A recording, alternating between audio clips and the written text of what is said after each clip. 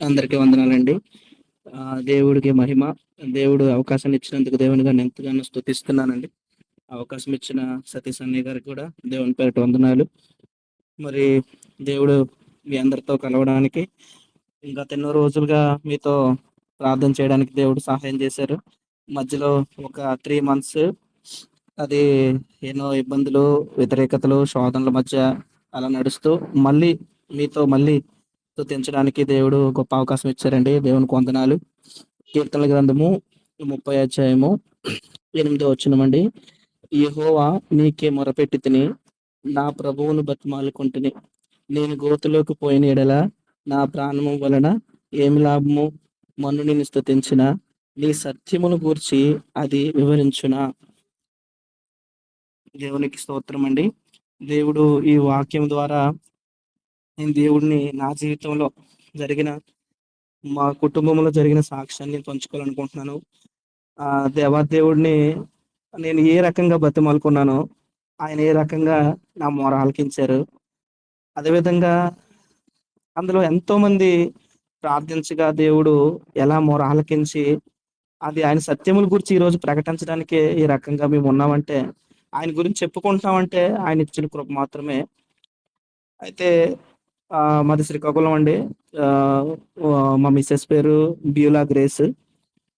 మాకు మ్యారేజ్ 2021లో ఏప్రిల్‌లో అయింది.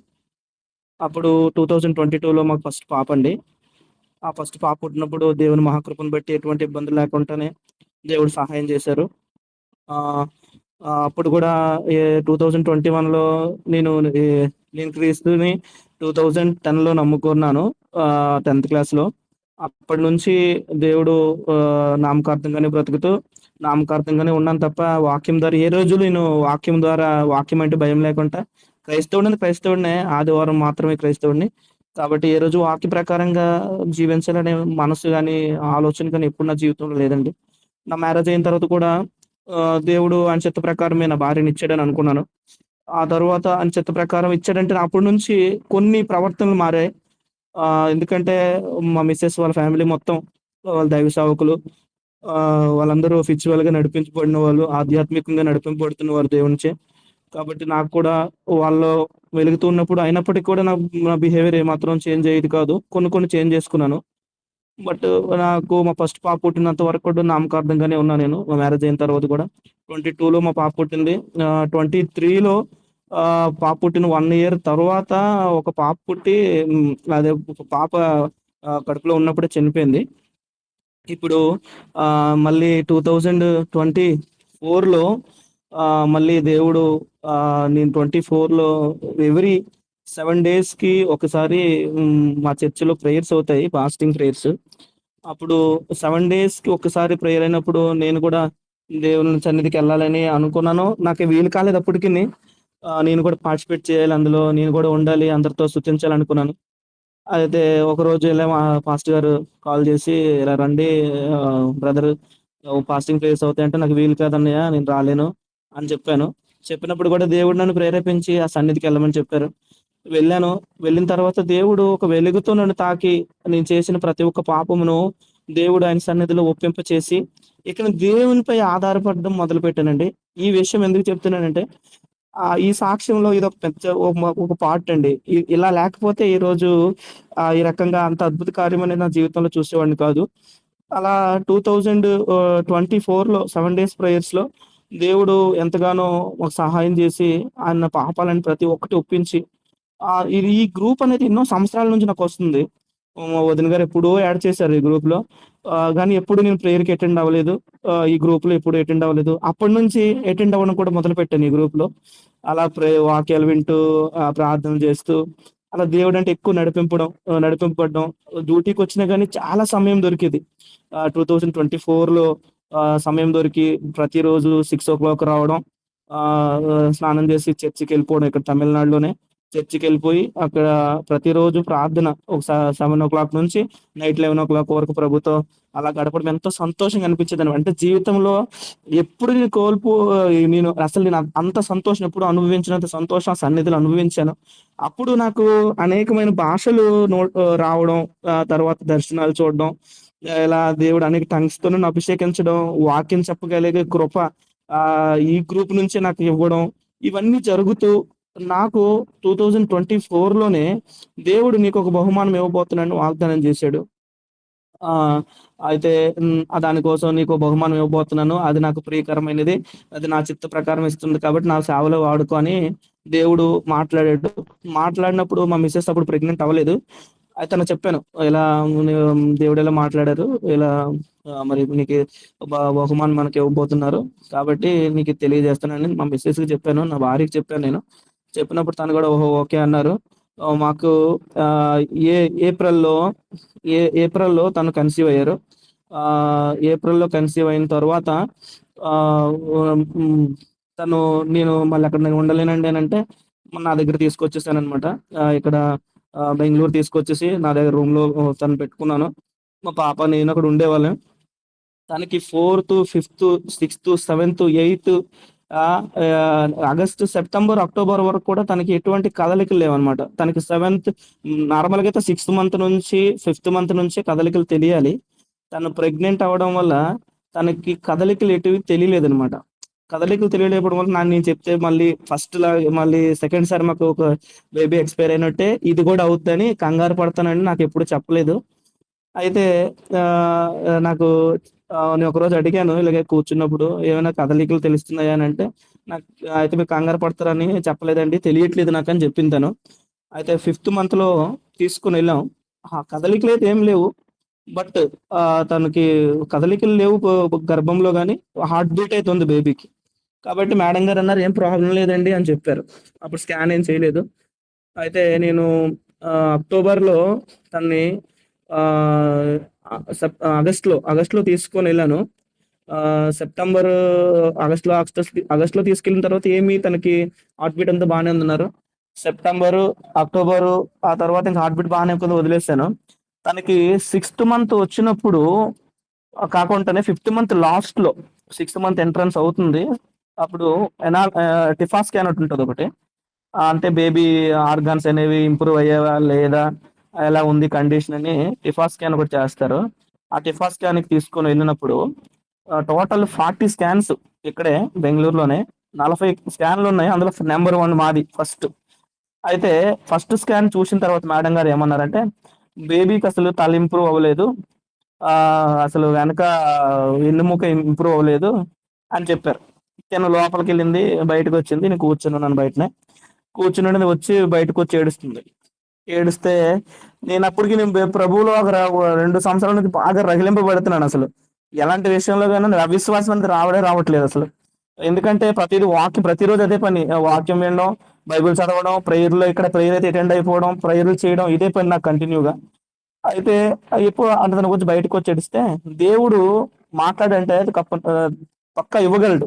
ఎందుకంటే వాగ్దానం అనేది చేశాడంటే అది తప్పిపోదు. కాబట్టి ఇస్తాడు మనకి. వాడిని కూర్చొని మనిద్దరం ప్రేయర్ చేసుకుందాం అని ఒక 2 మినిట్స్ ప్రేయర్ చేసాం. మా ముందు మొత్తం 39 స్కాన్స్. అందరూ నవ్వుకొని చక్కగా ఎళ్ళిపోతున్నారు. బట్ మేమొక్కరమే ప్రభువుని నమ్ముకొని ఒక్కరమే అలా బయట కూర్చొనున్నాం. మాకు మళ్ళీ తనకు చెప్పాను. "మళ్ళీ స్కాన్ చేపించుకుందాం. ఉండు ప్రార్థన చేసుకుందాం" అని మేము ప్రార్థన చేసాం. ప్రార్థన చేసిన తర్వాత మళ్ళీ లాస్ట్ స్కాన్‌కి మళ్ళీ ఎళ్ళాం. వెళ్ళిన తర్వాత అన్ని ఆర్గాన్స్ అన్నీ బానే ఉన్నాయని వాళ్ళు మేడం గారే చెప్పారండి మళ్ళీ. చెప్పి అందులో ఒక ప్రాబ్లమ్ చెప్పారు. తినకి ఆహ్, ప్లజంటా అనేది ఉంటదనమాట. అంటే తల్లి గర్భంలో ప్లజంటా అనేదేంటి ఒక మాయ. అదేంటే అది బేబీ ఏవో లోపలున్న బేబీకి ఫుడ్ అనేది దాని వల్లే ఎళ్తుందనమాట. దాని వల్లే గ్రోతింగ్ వస్తది. ఆ ప్లజంటా అనేది తని కడుపు భాగం కిందుందనమాట. అది యాక్చువల్‌గా అయితే లెఫ్ట్ సైడ్ గాని, రైట్ సైడ్ గాని, ఎడమ పక్కన, కుడి పక్క గాని, పైన గాని ఉండాలి. బట్ దీని కిందుంది. తన ప్లజంటా ప్రివియా కింద ఆమె కన్సిడర్ చేసి వెరీ క్రిటికల్ అని చెప్పారనమాట. అది రూల్‌గా అయితే వాళ్ళ డాక్టర్ సబ్జెక్ట్ ప్రకారము ప్లజంటా ప్రివియా ఉన్న వారికి అది వచ్చేస్తుంది. అది త పర్ సైడ్ ఒక సెవెంత్ మంత్, ఎయిత్ మంత్ వచ్చినప్పటికి వచ్చేస్తుంది అని చెప్పారు. ఇమ్మీడియేట్‌గా మీరు ఇంటికెళ్ళిపోవాలని చెప్పారనమాట. ఇమ్మీడియేట్‌గా ఇంటికెళ్ళిపోవాలన్నప్పుడు మేము అప్పుడు కంటిన్యూ‌గా ఈ గ్రూప్‌లో ప్రేయర్స్ అవుతున్నాయి. మా గురించి ప్రేయర్ చెప్పమని చెప్తున్నాం. ఒకరోజు ఒక సిస్టరు మీ గురించి ఒక దర్శనం వచ్చింది భయంకరంగా ఉందన్నప్పుడు కూడా అప్పటి నుంచే చాలా రోజులు నుంచి ప్రార్థన చేస్తూనే ఉన్నాం ఈ విషయం గురించి. అయితే ఆమె చాలా సీరియస్ అని చెప్పిన తర్వాత ఇంకా మేము టికెట్స్ బుక్ చేసుకున్నాం. 7 డేస్ ప్రేయర్స్ కి అటెండ్ అయ్యాం అక్కడ. మా ఎవ్రీ 10th మంత్ లో అక్టోబర్ లో అక్కడ ఎప్పుడు ప్రేయర్స్ అవుతాయి. ప్రేయర్స్ కి అటెండ్ అయ్యాం. మళ్ళీ ఫ్రైడే 6 మంత్ తనకి వచ్చింది కాబట్టి మళ్ళీ ఫ్రైడే 7 డేస్ ప్రేయర్స్ అయినప్పుడు ఫ్రైడే మళ్ళీ చెకప్ కి వెళ్ళినప్పుడు బేబీ కనీసం అసలు మూమెంట్స్ లేదు. అలాగ కాళ్ళు నిటారుగా పెట్టి అలానే ఉంది. అటు కదలట్లేదు, ఇటు కదలట్లేదు, అనకూడదు కానీ చనిపోయినట్టు ఉంది అని చెప్పారు డాక్టర్ గారు. అటు కదలట్లేదు, ఇటు కదలట్లేదు అంటే రిస్క్ అమ్మా, బట్ ప్లజంటా అనేది చాలా కిందకు ఉంది అని చెప్పారు. ప్లజంటా అనేది ఆ మాయ అనేది కింద అలా అతుక్కుపోయింది అనమాట. అది యాక్చువల్ గా ప్లజంటా ప్రీవియా ఉన్న వారికి ఎవరికైనా సరే బేబీ 1 kg కంటే ఎక్కువ పెరిగే ఛాన్స్లే ఉండవు. అది ఆశలు వదులుకోవాలి. అదేంటంటే బై ఛాన్స్ సైడ్కి వచ్చేసిందంటే ఓకే, రాలేదంటే మాత్రం ఇంకా డాక్టర్లు క్లియర్ గా చెప్తారనమాట, వెరీ సీరియస్. ఎందుకంటే ఎక్కడైతే సి సెక్షన్ పడుతుందో, ఎక్కడైతే కట్ చేస్తారో అక్కడ మాత్రమే ఈ మాయ అనేది ఉంటది. కాబట్టి ఫస్ట్ బేబీ రాదు కట్ చేసిన వెంటనే. ఈ ప్లజెంట్ అనేది వచ్చి ఈ మాయ అనేది వచ్చేస్తుంది అనమాట. ఈ మాయ పైన ఈ సిజర్ అనేది ఎప్పుడు పడుతుందో అది ఒక మట్టి కొండ ఎలా పగిలిపోతే వాటర్ ఎలా వచ్చేస్తుందో అలా బ్లడ్, మదర్ లో ఉన్న బ్లడ్ మొత్తం బయటకు వచ్చేస్తుంది అనమాట. ఇది ఈ ప్లజంటా ప్రీవియా అనేది ఏంటంటే త్రీ త్రీ స్టెప్స్ ఉంటాయండి అందులో. యాక్రిట్ అని, పెరిక్రిట్ అని. ఇది ఈ గర్భసంచికుని ఈ మాయకి రెండు గట్టిగా అతుక్కొని యాక్రిటా కింద వెళ్ళింది అనమాట. అంటే 1,00,000 మందిలో 1,00,000 మంది డెలివరీ కేసుల్లో చూస్తే ఒక్కరికి వస్తుంది అనమాట ఇలాంటిది ప్లజంటా ప్రీవియా. అది మాకు వచ్చింది. అది 1,00,000 మందిలో ఒక్కరికి ప్లజంటా ప్రీవియా రావడం వల్ల క్లియర్ గా చెప్తారు డాక్టర్లు, మీ అమ్మాయిని మీరు మర్చిపోవాల్సిందే, బట్ దీనికోసం ఎంతో బ్లడ్ అవసరం ఉంటది, మీరు బ్లడ్ అరేంజ్ చేసుకోండి అని వాళ్ళు చెప్తారు. ముందుగానే మనకి ఇన్స్ట్రక్ట్ చేస్తారు. చేసినప్పుడు మేము శ్రీకాకుళంలో ఒక డాక్టర్ మేడం చూపించే వాళ్ళం ఎప్పుడని. ఆమె ఎంఆర్ఐ స్కాన్ చేశారు. డిసెంబర్ వచ్చింది. డిసెంబర్ 14కి మేము స్కాన్ చేపించాం. స్కాన్ చేపిస్తే మేడం గారు ఇది ఆల్రెడీ యూరిన్ బ్లాడర్ వరకు కూడా లోపలికి వెళ్ళిపోతుంది, వెరీ సీరియస్, ఇమీడియట్ గా ఆపరేషన్ చేయాలి. అప్పుడు తనకి 8th మంత్ వచ్చింది. అప్పటికి 8th మంత్ వచ్చింది. బేబీ అప్పటికి 1.9 kg. అంటే దేవుని కృపను బట్టి బేబీ గ్రోతింగ్ వస్తుంది. బేబీ కదలట్లేదు, బట్ బేబీ గ్రోతింగ్ ఉంది. 8 నెలలకే ఆపరేషన్ చేయాలి అని చెప్పారు. అయితే ముందుగానే మేడం గారికి అడిగితే 8 ప్యాకెట్స్ బ్లడ్ సరిపోతుంది అని చెప్పారు. ఈ ఎంఆర్ఐ స్కాన్ లో వెరీ క్రిటికల్ గా యాక్రిటీ కింద వాళ్ళు చెప్పారనమాట. ఈ యాక్రిటీ అనేది ఎవరికి రాదు అసలు పూర్తిగా. అది డెలివరీ అనేది నార్మల్ సిజేరియన్ అయినా ఏదైనా 4 days లోనే ఇంటికి కోలుకొని వచ్చేస్తారు. అలాంటిది ఇది హై రిస్క్ ప్రెగ్నెన్సీ కింద వెళ్ళిపోయింది అనమాట. హై రిస్క్ ప్రెగ్నెన్సీ ఎప్పుడు వెళ్ళిందో వాళ్ళు 8 ప్యాకెట్స్ బ్లడ్ సరిపోతుంది అన్నారు. నాకు ముందుగానే దేవుడు అనేక విషయాలు ఈ ప్రెగ్నెన్సీ విషయంలో అనేక దర్శనాలు వస్తున్నాయి, కానీ ఇది మాకు కాదులే, దేవుడు పని బాగా అనుకున్నాను అనమాట. ఇంకా దేవుడు ఏ విషయంలో నన్ను విడిచిపెట్టాడు, దేవుడిని అన్ని పాపాలు ఒప్పుకున్నాను, విడిచిపెట్టాను, దేవుని సన్నిధిలో ఇంకో ఎదుగుతున్నాను, దేవుడు నాకు సహాయం చేస్తున్న ధైర్యంతో ప్రతి దినము నాకు ఎన్నో అంబులెన్స్ లో తీసుకెళ్తున్నట్టు, తన్ని పెట్టెలో పెట్టినట్టు ఇలా ప్రతి దర్శనాలు వస్తూనే ఉన్నాయి అనమాట. నేను ఎప్పుడు తనకి ఎప్పుడు చెప్పలేదు, బట్ నేను కంటిన్యూగా నేర్చుకొని ఎప్పుడు ప్రేయర్ చేస్తూనే ఉండేవాడిని ప్రతి దినం ఈ విషయం గురించి. నాకు ఒక ప్రేరేపణ వచ్చి 2 నెలలు లీవ్ అడుగుదాం, ఇది క్రిటికల్ ఇష్యూ అంటున్నారు మేడం గారు కూడా ఇక్కడ బెంగళూరులో చెప్పారు అని. కంపెనీలో 2 నెలలు లీవ్ అడిగి డిసెంబరు జనవరి రాలేనండి, నాకు క్రిటికల్ ఇష్యూ ఉంది, నేను రాలేనని చెప్పి లీవ్ వాళ్ళు దేవుని కృపను బట్టి వాళ్ళు అప్రూవల్ చేశారు. అప్రూవల్ చేసిన వెంటనే నేను వచ్చేసాను. వచ్చి తనని హాస్పిటల్ చూపించడం, తన కేరింగ్ చేసుకోవడం ఇవన్నీ చేస్తుండేవాడిని. బట్ ఇలాంటి ఇష్యూ తనకి ఏం చెప్పలేదు, ఎంత క్రిటికల్ ఉంటది, ఎంత ఇది ఉంటది అంటే ఎప్పుడు చెప్పలేదు, డిస్కస్ చేయలేదు. బట్ మేడం గారు కూడా చూసి 8 ప్యాకెట్స్ బ్లడ్ సరిపోతుందని చెప్పారు. అయితే మేము 14లో అంతా జరిగింది. 8 ప్యాకెట్స్ బ్లడ్ అరేంజ్ చేసుకున్నాను, రిజర్వ్ చేసుకున్నాను.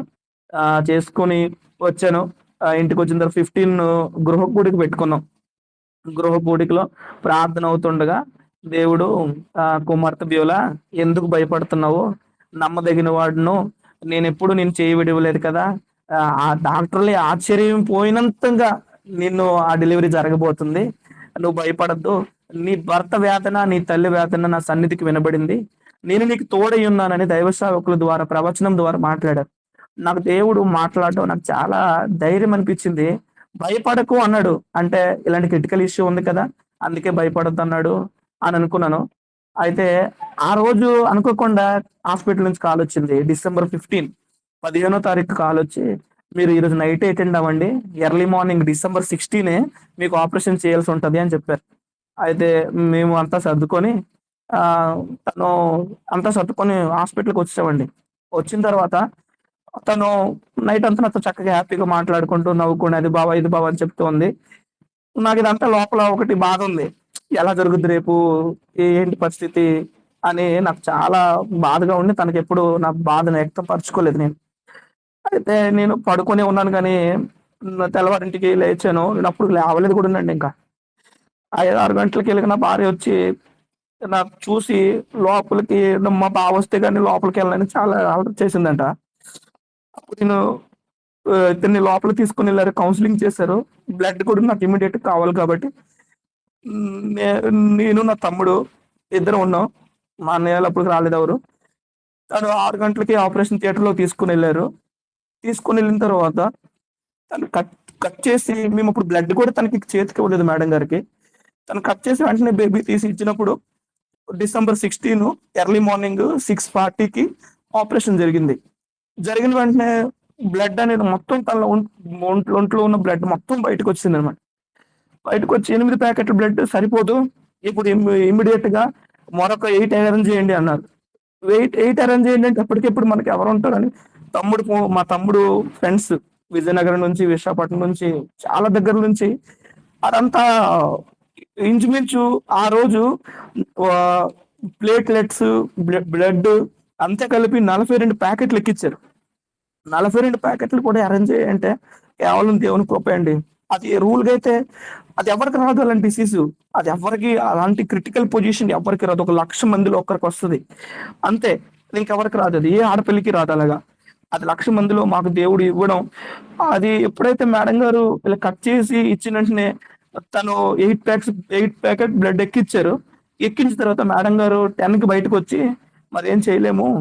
మరి బ్రతకదు. మరి నా చేతిలో ఏం లేదు" అని చెప్పడం నాకు చాలా బాధ అనిపించిందండి. నేనసలు ఓర్చుకోలేకపోయాను. ఒక్కడిని కాబట్టి ఇంకక్కడ. ఆ తర్వాత మా వాళ్ళందరూ వచ్చారు. పాస్టర్ గారు గూడా వచ్చారు. పాస్టర్ గారు ఎవరో కాదు, వాళ్ళ సొంత పెద్ద మావయ్య గారే. వాళ్ళ అక్కకి సొంత చిన్న మావయ్యకి ఇచ్చారు. మా బ్రదర్స్ అందరూ వచ్చారు. బ్రదర్స్ అందరూ వచ్చి ఇంక ఒక్కటే ఆధారం అండి ఇంకా. మేడం గారు కాదంటే ఏం చేయాలి? మాకో రూమ్ ఇచ్చారు. ఆ రూమ్‌లో పాస్టర్ గారన్నారు, "అందరూ ఎళ్లి ప్రార్థన చేయండి. ప్రార్థన చేస్తే దేవుడు మార్గాలు తెరుస్తాడు.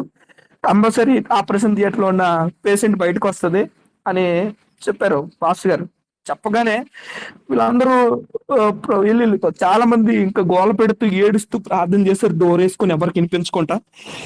కరెక్ట్‌గా 11:30 అయిందండి. 11:30 అయింది. పేషెంట్‌కి బయటకి తీసుకొచ్చి ఇచ్చారు. అప్పటికి రూల్‌గా అయితే అంత బ్లడ్ పోయిన తర్వాత పేషెంట్ అన్‌కాన్షియస్‌లో ఉండాలి. కోమాలోకెళ్ళిపోవాలి. కానీ దేవుని కృపను బట్టి, ప్రార్థన బట్టి పేషెంట్ బయటకొచ్చింది. బయటకొచ్చి మమ్మల్ని చూస్తుంది కానీ మాటలేమి ఆడట్లేదు.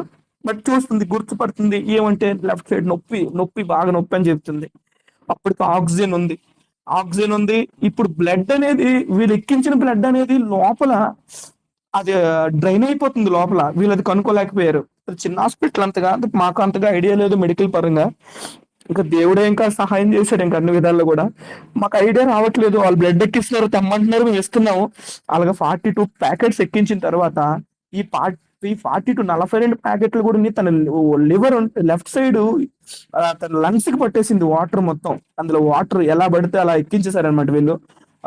ప్రికాషన్స్ తీసుకోకుండా, అసలు ఇలా ఎక్కించాలా లేదా అని స్టడీ చేయకుండా, ఐసీయూ టీం అనేది కరెక్ట్ గా పెట్టుకోలేకపోయి, మాకు మెడికల్ పరంగా తెలియక వాళ్ళు ఎలా పడితే అలా ఎక్కించడం వల్ల ఆ వాటర్ మొత్తం లంగ్స్ కి పట్టేసింది. పంపించిన తర్వాత వాళ్ళేమనుకున్నారు, పేషెంట్ బయటకు వచ్చింది కాబట్టి మేము పూర్తి సేవ్ చేసేసాము అని అనుకున్నారు. మేము హ్యాపీగా ఫీల్ అయ్యాం. పేషెంట్ వచ్చింది కదా, పర్లేదు, ఇంకా రికవరీకి వస్తది అని మేము మేము హ్యాపీగా ఫీల్ అయ్యాం. బట్ తను మాట్లాడట్లేదు. నేను లోపలికెళ్ళాను, ఐసీయూలోకి వెళ్ళాను, కూర్చున్నాను. కూర్చుంటే ఈవినింగ్ కరెక్ట్ 4:35 అవుతుంది. సేమ్ కండిషన్ డిసెంబర్ 16 రోజు. అంత తనకి ఏ చేంజ్ కనబడట్లేదు. ఆయాసం వస్తుంది. ఆయాసం వస్తుంది బావ, ఆయాసం వస్తుంది అంటుంది.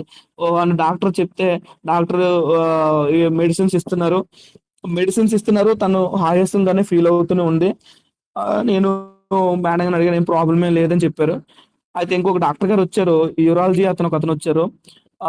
తనకి ఈ యూరిన్ బ్లాడర్ అనేది వీళ్ళు కట్ చేసినప్పుడు తనకి గర్భసంచిను, ఈ ప్లజంటా 2 కలిపి తీశారన్నమాట బయటికి. ఆ కట్ చేసినప్పుడు యూరిన్ బ్లాడర్ కూడా వీళ్ళు కరెక్ట్ కట్ చేయకుండా యూరిన్ బ్లాడర్ కూడా చేత్తో లాగేశారన్నమాట. అది మనకి అక్కడ అపోలోకెళ్తే గాని తెలియలేదు. అయితే వీరు దాన్ని స్టిచ్ చేశారు. ఆ డాక్టర్ గారు వచ్చి చూసి ఈ డ్రైన్ అనేది అలాగ అవుతూనే ఉంది. ఎక్కించిన బ్లడ్ మొత్తం ఉంది. అలాగా 42 ట్రాన్సాక్షన్స్ అయ్యాయి. అయిన తర్వాత ట్రాన్స్‌లేషన్స్ అయిన తర్వాత ఎక్కిచ్చారు. ఇంకా ఆయన ఏమంటారు 7:00 ఆయనొచ్చి చెక్ చేసిన తర్వాత ఆయనకి అర్థమైపోయింది.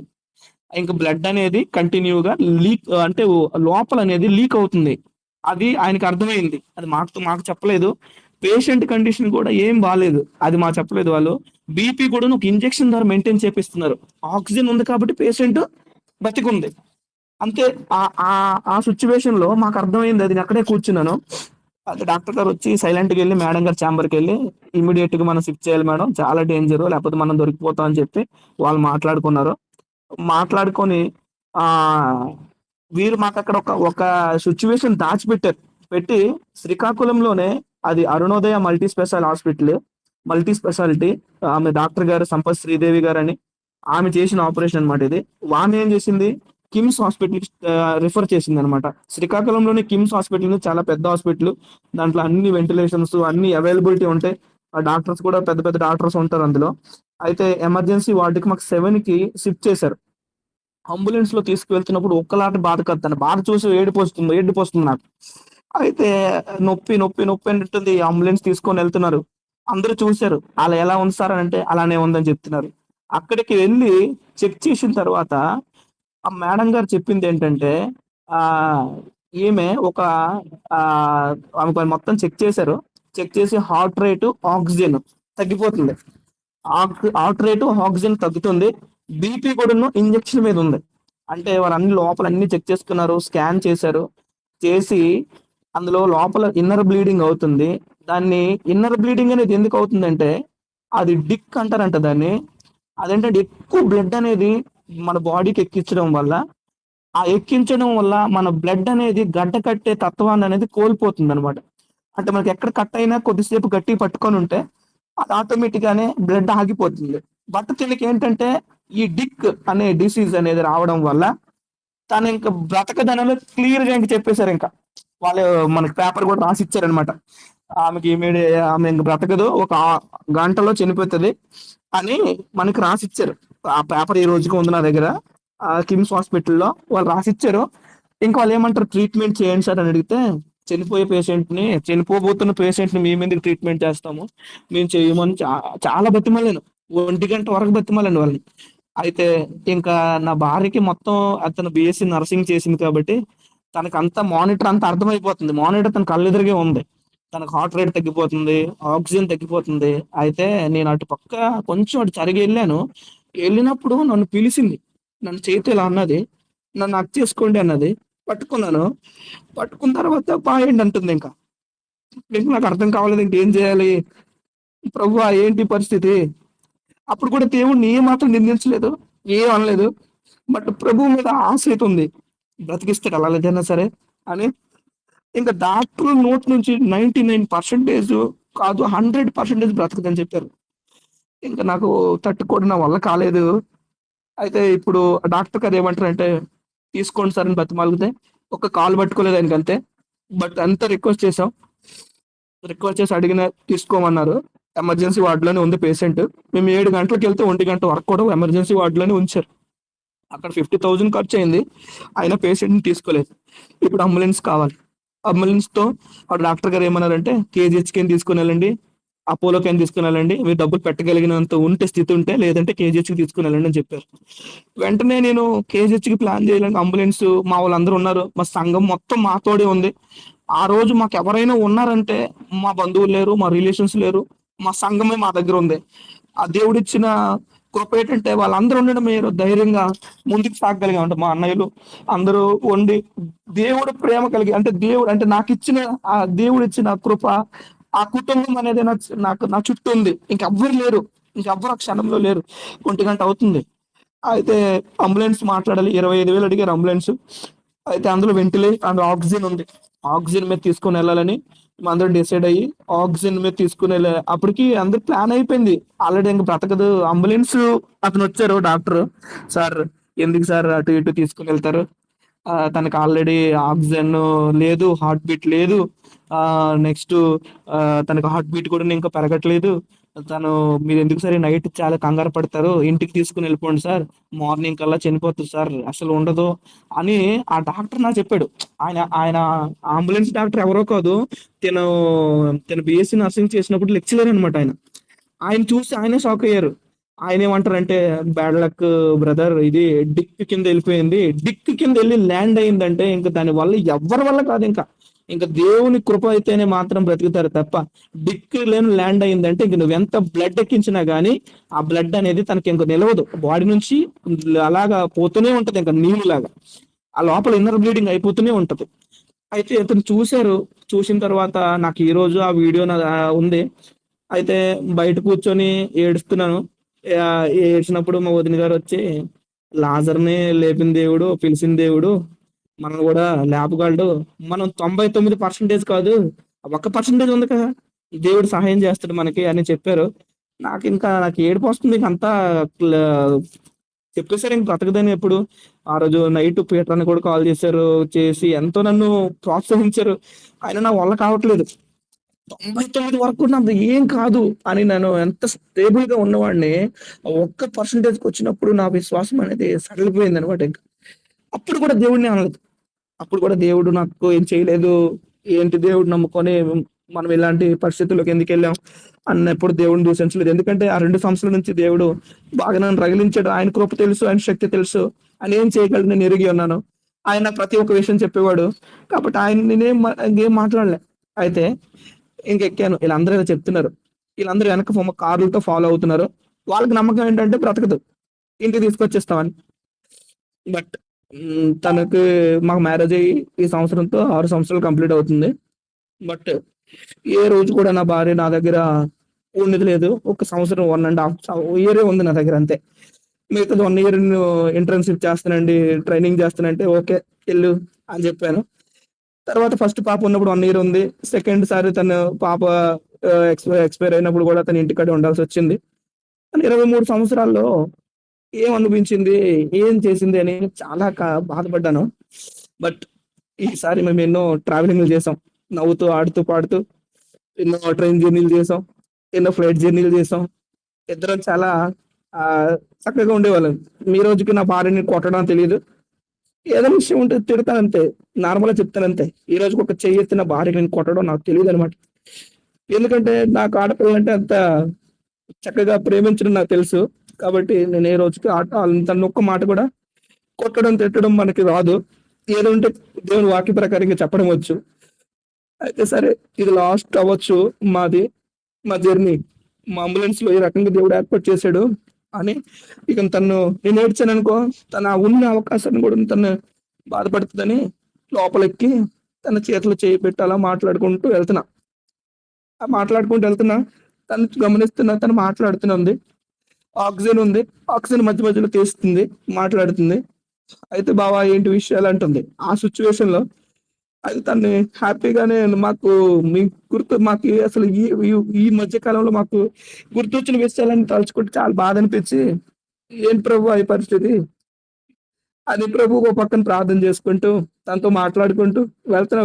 వారు ఏమనంటే విజయనగరం దగ్గరకు కూడా వెళ్ళదు, చనిపోద్దని చెప్పారు. మా వాళ్ళు కంటిన్యూ ఫోన్లు చేస్తూనే ఉన్నారు, ఎలా ఉంది ఎలా ఉంది ఎలా ఉంది. మేము విజయనగరం వరకు వెళ్ళామండి. వెళ్ళి కొంచెం కొంచెం దాటుతున్నాం. దేవుని కృప, తనకి మెల్లిమెల్లిగా హార్ట్ బీట్ ఇంక్రీజ్ అవుతుంది, ఆక్సిజన్ కూడా ఇంక్రీజ్ అవుతుంది, తను బాగా మాట్లాడగలుగుతుంది. వీళ్ళందరూ టెన్షన్ అవుతున్నారు, ఏం అవ్వలేదు బాగానే ఉందని చెప్తూనే వస్తున్నా. నేను ఎర్లీ మార్నింగ్ 4 అయింది అపోలోకి రీచ్ అయ్యాం. నాకైతే ఫస్ట్ ఏమంటుందంటే, తను వెళ్తున్నప్పుడు కేజీహెచ్కి తీసుకెళ్ళకండి, అక్కడ నేను ఎగ్జామ్ సెంటర్స్కి వెళ్ళినప్పుడు చాలా పేషెంట్లు పట్టించుకోరు, అలానే విడిచిపెట్టేస్తారు, అది చాలా ఇబ్బంది, కేసు తీసుకోవడానికి కూడా ఇప్పుడు ఎవరు ఉండరు, అక్కడికి వెళ్తే ఇంకా మాకు ఛాన్సెస్ ఉండవు అని తను చెప్పింది నాకు. అయితే ఇంకా ఇంకేం చేస్తాం, అపోలోకి అంబులెన్స్ డ్రైవర్ చెప్పాను, అపోలోకి తీసుకుని వెళ్ళండి, సింహాచలం దగ్గర విశాఖపట్నం ఆరిలో అపోలోకి తీసుకెళ్ళండి అని చెప్పాను. వాళ్ళు తీసుకెళ్లారు. నాకైతే నమ్మకం లేదు. అంబులెన్స్ కి అయితే సైడ్ ఉండమని చెప్పాను. ఉండండి, ఇదైతే కేసు తీసుకోరేమో, ఎందుకంటే శ్రీకాకుళం నుంచి కిమ్స్ హాస్పిటల్ నుంచే వెళ్ళిపోయిన కేసుని ఇంకెవరు టేకప్ చేయరు అనమాట. శ్రీకాకుళంలో ఇంకెవరు టేకప్ చేయరు, ఆ విశాఖపట్నంలో కూడా చేయరు. చిన్న చిన్న హాస్పిటల్ కానీ ఎవరు కానీ ఇది చూపిస్తే చేయరు అనమాట. అయితే ఎర్లీ మార్నింగ్ 4 గంటలు అయింది, రీచ్ అయ్యాం అందరం. తన తనతో మాట్లాడుతుంది చక్కగానే, తనకి ఏ ప్రాబ్లం లేదు. ఆక్సిజన్ 90% ఉండాల్సింది, 98% ఉండాల్సింది 90% వచ్చింది, బాగానే ఉంది. ఇంకా 8% తక్కువ ఉంది. హార్ట్ రేట్ కూడా బాగానే వచ్చింది. బీపీ కూడా ఇంజెక్షన్ లేకుండానే మెయింటైన్ అవుతుంది చక్కగా. ఇంజెక్షన్ ఉంటేనే మెయింటైన్ అయ్యింది బీపీ, ఇంజెక్షన్ లేకుండానే మెయింటైన్ అవుతుంది. అంబులెన్స్ సైడ్ పెట్టండి అని ఫస్ట్ లోపల ఉన్న డాక్టర్ గారిని పిలిచాం ఫస్ట్. వాళ్ళు లోపలికి వచ్చారు, చూశారు, ఎలా ఉందమ్మా అని అడిగారు. బాగానే ఉందండి అన్న తిను. అప్పుడు ఇమీడియట్ కేసు టేకప్ చేయండి అని చెప్పి ఎమర్జెన్సీ వార్డులోకి తీసుకుని వెళ్ళారు. ఎమర్జెన్సీ వార్డులోకి వెళ్ళి ఇలా జస్ట్ ఇంకా మేము తను మాస్క్లు అన్ని ఏం పెట్టలేదు, చెక్ చేస్తున్నారు. అప్పుడు సతీష్ అన్నయ్య అను సిస్టర్ కాల్ చేశారు. కాల్ చేసి ఎలా ఉంది ఏంటి అడిగినప్పుడు వాళ్ళ ముందు నుంచి విషయం అంతా తెలుసు. ఎందుకంటే నైట్ అంతా మా వదిన గారు గ్రూప్ లో మెసేజ్లు పెడుతూనే ఉన్నారు, అందరూ ప్రార్థన చేయండి ప్రార్థన చేయండి ప్రార్థన చేయండి అని. సంఘం మొత్తము ఎంత రోధించారంటే, అంటే ఈ సిచ్యువేషన్ అంటే శ్రీకాకుళం నుంచి విశాఖపట్నం వెళ్ళిపోతుందంటే ఇంకంత సంఘం మొత్తం ఇంకా ప్రార్థనలో ఉంది. ఇంకా 6 o'clock ఇంకా ప్రార్థన స్టార్ట్ అయిపోయింది. ఇంకా ప్రార్థనే ఇంకా బ్రతికించగలదు, దేవుడే చేయగలడు అని అనుకున్నాం. ఆవిడ ఎర్లీ మార్నింగ్ 5:30, 6 అయింది. సతీష్ అన్నయ్య అను సిస్టర్ కాల్ చేసి ప్రార్థన చేశారు. నేను చెప్పాను జరిగిందంతా ఇలా జరిగిందంటే, మరి ఘోరం అన్నా ఏం చేయలేం, మరి ఇంకంత దేవుడే చేయగలడు ఏదైనా అని అన్నయ్య కూడా చెప్పారు. అప్పటికి తన బ్లడ్ వచ్చేసి 4 points ఉంది. వాళ్ళు కాల్ చేసినప్పటికి డాక్టర్ ఇంక రాలేదు అప్పటికి, కానీ తన ఆక్సిజన్ లేకుండానే ఉంది, బాగానే ఉంది. అయితే డాక్టర్లు అందరూ వచ్చి చూశారు. ఎవరికి సంబంధించిన డాక్టర్ అందరూ వచ్చారు. యూరాలజీ అండ్ తర్వాత మొత్తం రేడియాలజిస్టులు వచ్చి చూసారు, న్యూరాలజీ వచ్చి చూసారు, గైనకాలజిస్టులు, జనరల్ ఫిజిషియన్స్ వీళ్ళందరూ వచ్చి చూసారు. చూసిన తర్వాత మేము 24 hours టైం ఇస్తున్నామండి, తనకి లోపల ఇన్నర్ బ్లీడింగ్ అయిపోతుంది, ఇన్నర్ బ్లీడింగ్ అయిపోయి తనకి క్లాట్స్ కింద అయిపోయింది బ్లడ్ మొత్తం.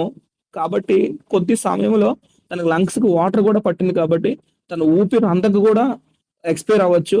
బట్ మీరు సైన్ చేస్తేనే మేము ఐసీకి షిఫ్ట్ చేస్తామని చెప్పారండి.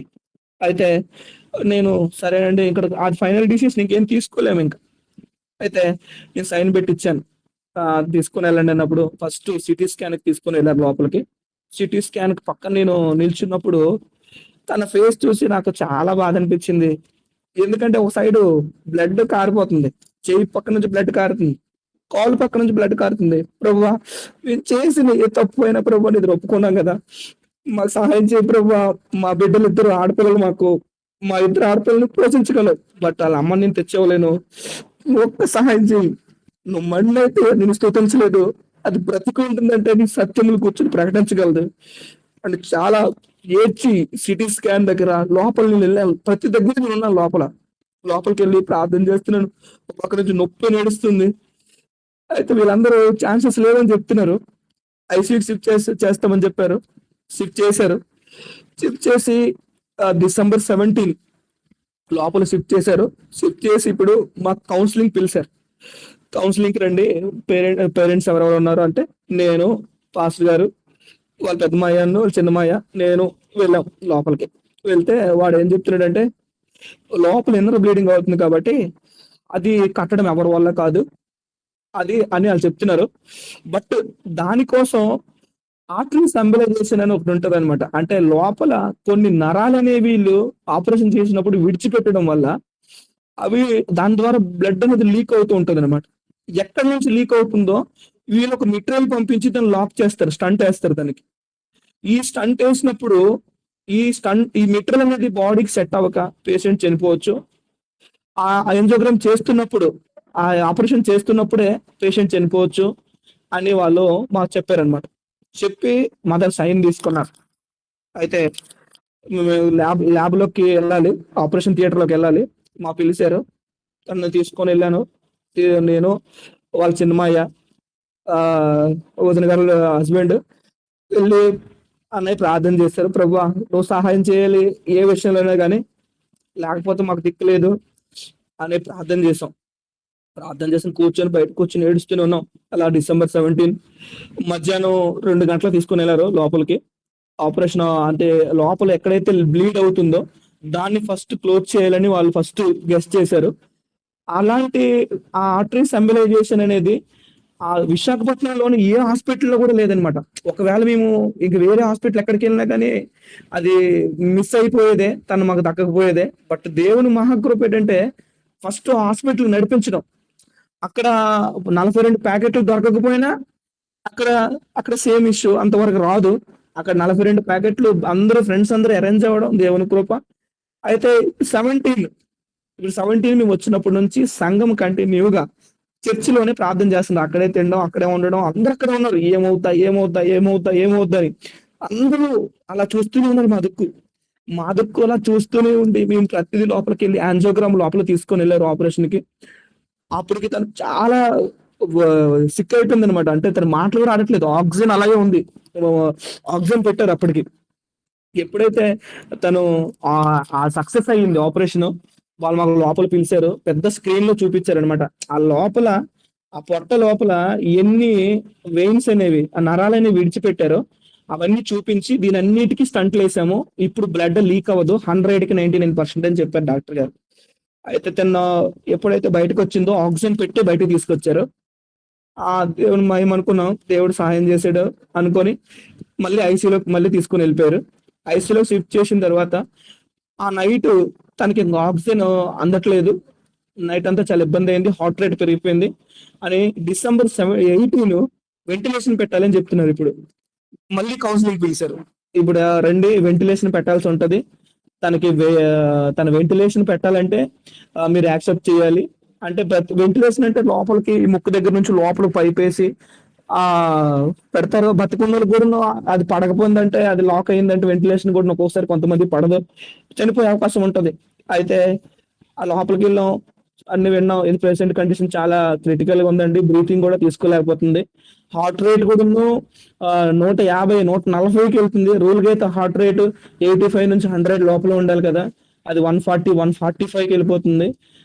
అంత హార్ట్ రేట్ ఉండకూడదు అని చెప్పి వెంటిలేషన్ కూడా అవసరం ఉంటది. మీరు సైన్ చేయండి. మీరు అన్నిటికి ప్రిపేర్ అయ్యి ఉండండి అని చెప్పారు. ఇంకా బయటకు వచ్చి మళ్ళీ సంఘానికి ఫోన్ చేసి అందరూ వెళ్ళిపోండి. ఈ రోజు ఎవరో చూడడానికి వచ్చారు వాళ్ళందరికి వెళ్ళిపోయి మీరు ఒక్కటే చేయండి. వచ్చినంత వరకు కూడా ప్రార్థన ఒకటే చేయండి. తను రికవర్ అయినంత వరకు ప్రార్థన చేయండి పాస్టర్ గారు చెప్పారు అందరికి. అందరూ సంఘం కూడా ప్రార్థన స్టార్ట్ చేశారు. ప్రార్థన చేస్తూనే ఉన్నారు తన కోసం. ప్రార్థన చేసినప్పుడు మేము బయటకు వచ్చి మెట్ల పైన కూర్చొని మేము ప్రభువా నువ్వు సహాయం చేయి ప్రభువా అని మేము ప్రార్థన చేసాం. బాగా ప్రార్థన చేసినప్పుడు ఈవినింగ్ మాకు 4 o'clock పిలిచి వెంటిలేషన్ అవసరం లేదండి, బాగానే ఉంది, ఆక్సిజన్ మీద సరిపోతుందని చెప్పారండి డాక్టర్ గారు. మళ్ళీ మీరు సైన్ పెట్టింది మళ్ళీ మాకు రిటర్న్ ఇచ్చేసారు. ఆక్సిజన్ వెంటిలేషన్ అవసరం లేదు, ఇష్యూ లేదు, బ్రీతింగ్ అంతా ఆక్సిజన్ ద్వారా సరిపోతుందని చెప్పారు. ఆ రోజు నైట్ బ్యూలాగా గ్రేసీ అటెండర్స్ అంటే గుండె జల్లుమనే అనమాట. ఎప్పుడు అంటే మాకు ఎంఐసీలోకి రానియరు అనమాట. ఎవరు చూడడానికి రానియరు. ఒక పేషెంట్ లోపల ఉంటది, అన్న డాక్టర్స్ ఉంటారు, ఎవరు రానివ్వరు. గ్రేసీ అటెండర్స్ అంటే ఎప్పుడు ఏమైనాలో అదొక గుండెలు బాగా భారం అనిపించేది. ఎప్పుడైతే మళ్ళీ నైట్ పిలిచారు 7కి పిలిచి పేషెంట్ కండిషన్ ఆక్సిజన్ మీద ఉంది అని మాకు చూపించారు. మేము చూసాం వెళ్ళి. తను ఏం మాట్లాడలేదు. December 19 మార్నింగ్ కి దేవుని కృప అందరూ ఆ రోజు ఓల్ నైట్ నిర్ణయించారు. ప్రతి ఒక్కరు అన్ని సంఘాల నుంచి ప్రార్థన చేశారు తన కోసం. ప్రార్థన చేసినప్పుడు December 19 తనకి ఆక్సిజన్ కూడా తీసేశారు అనమాట. ఆక్సిజన్ కూడా తీసిన తర్వాత ఇక నార్మల్గా ఉంది, ఇంకేం ప్రాబ్లం లేదు. లోపలికి వెళ్ళిన వాళ్ళకి జస్ట్ అని మాట్లాడుతుంది. ఇప్పుడు తనకు కావాల్సింది ఏంటి?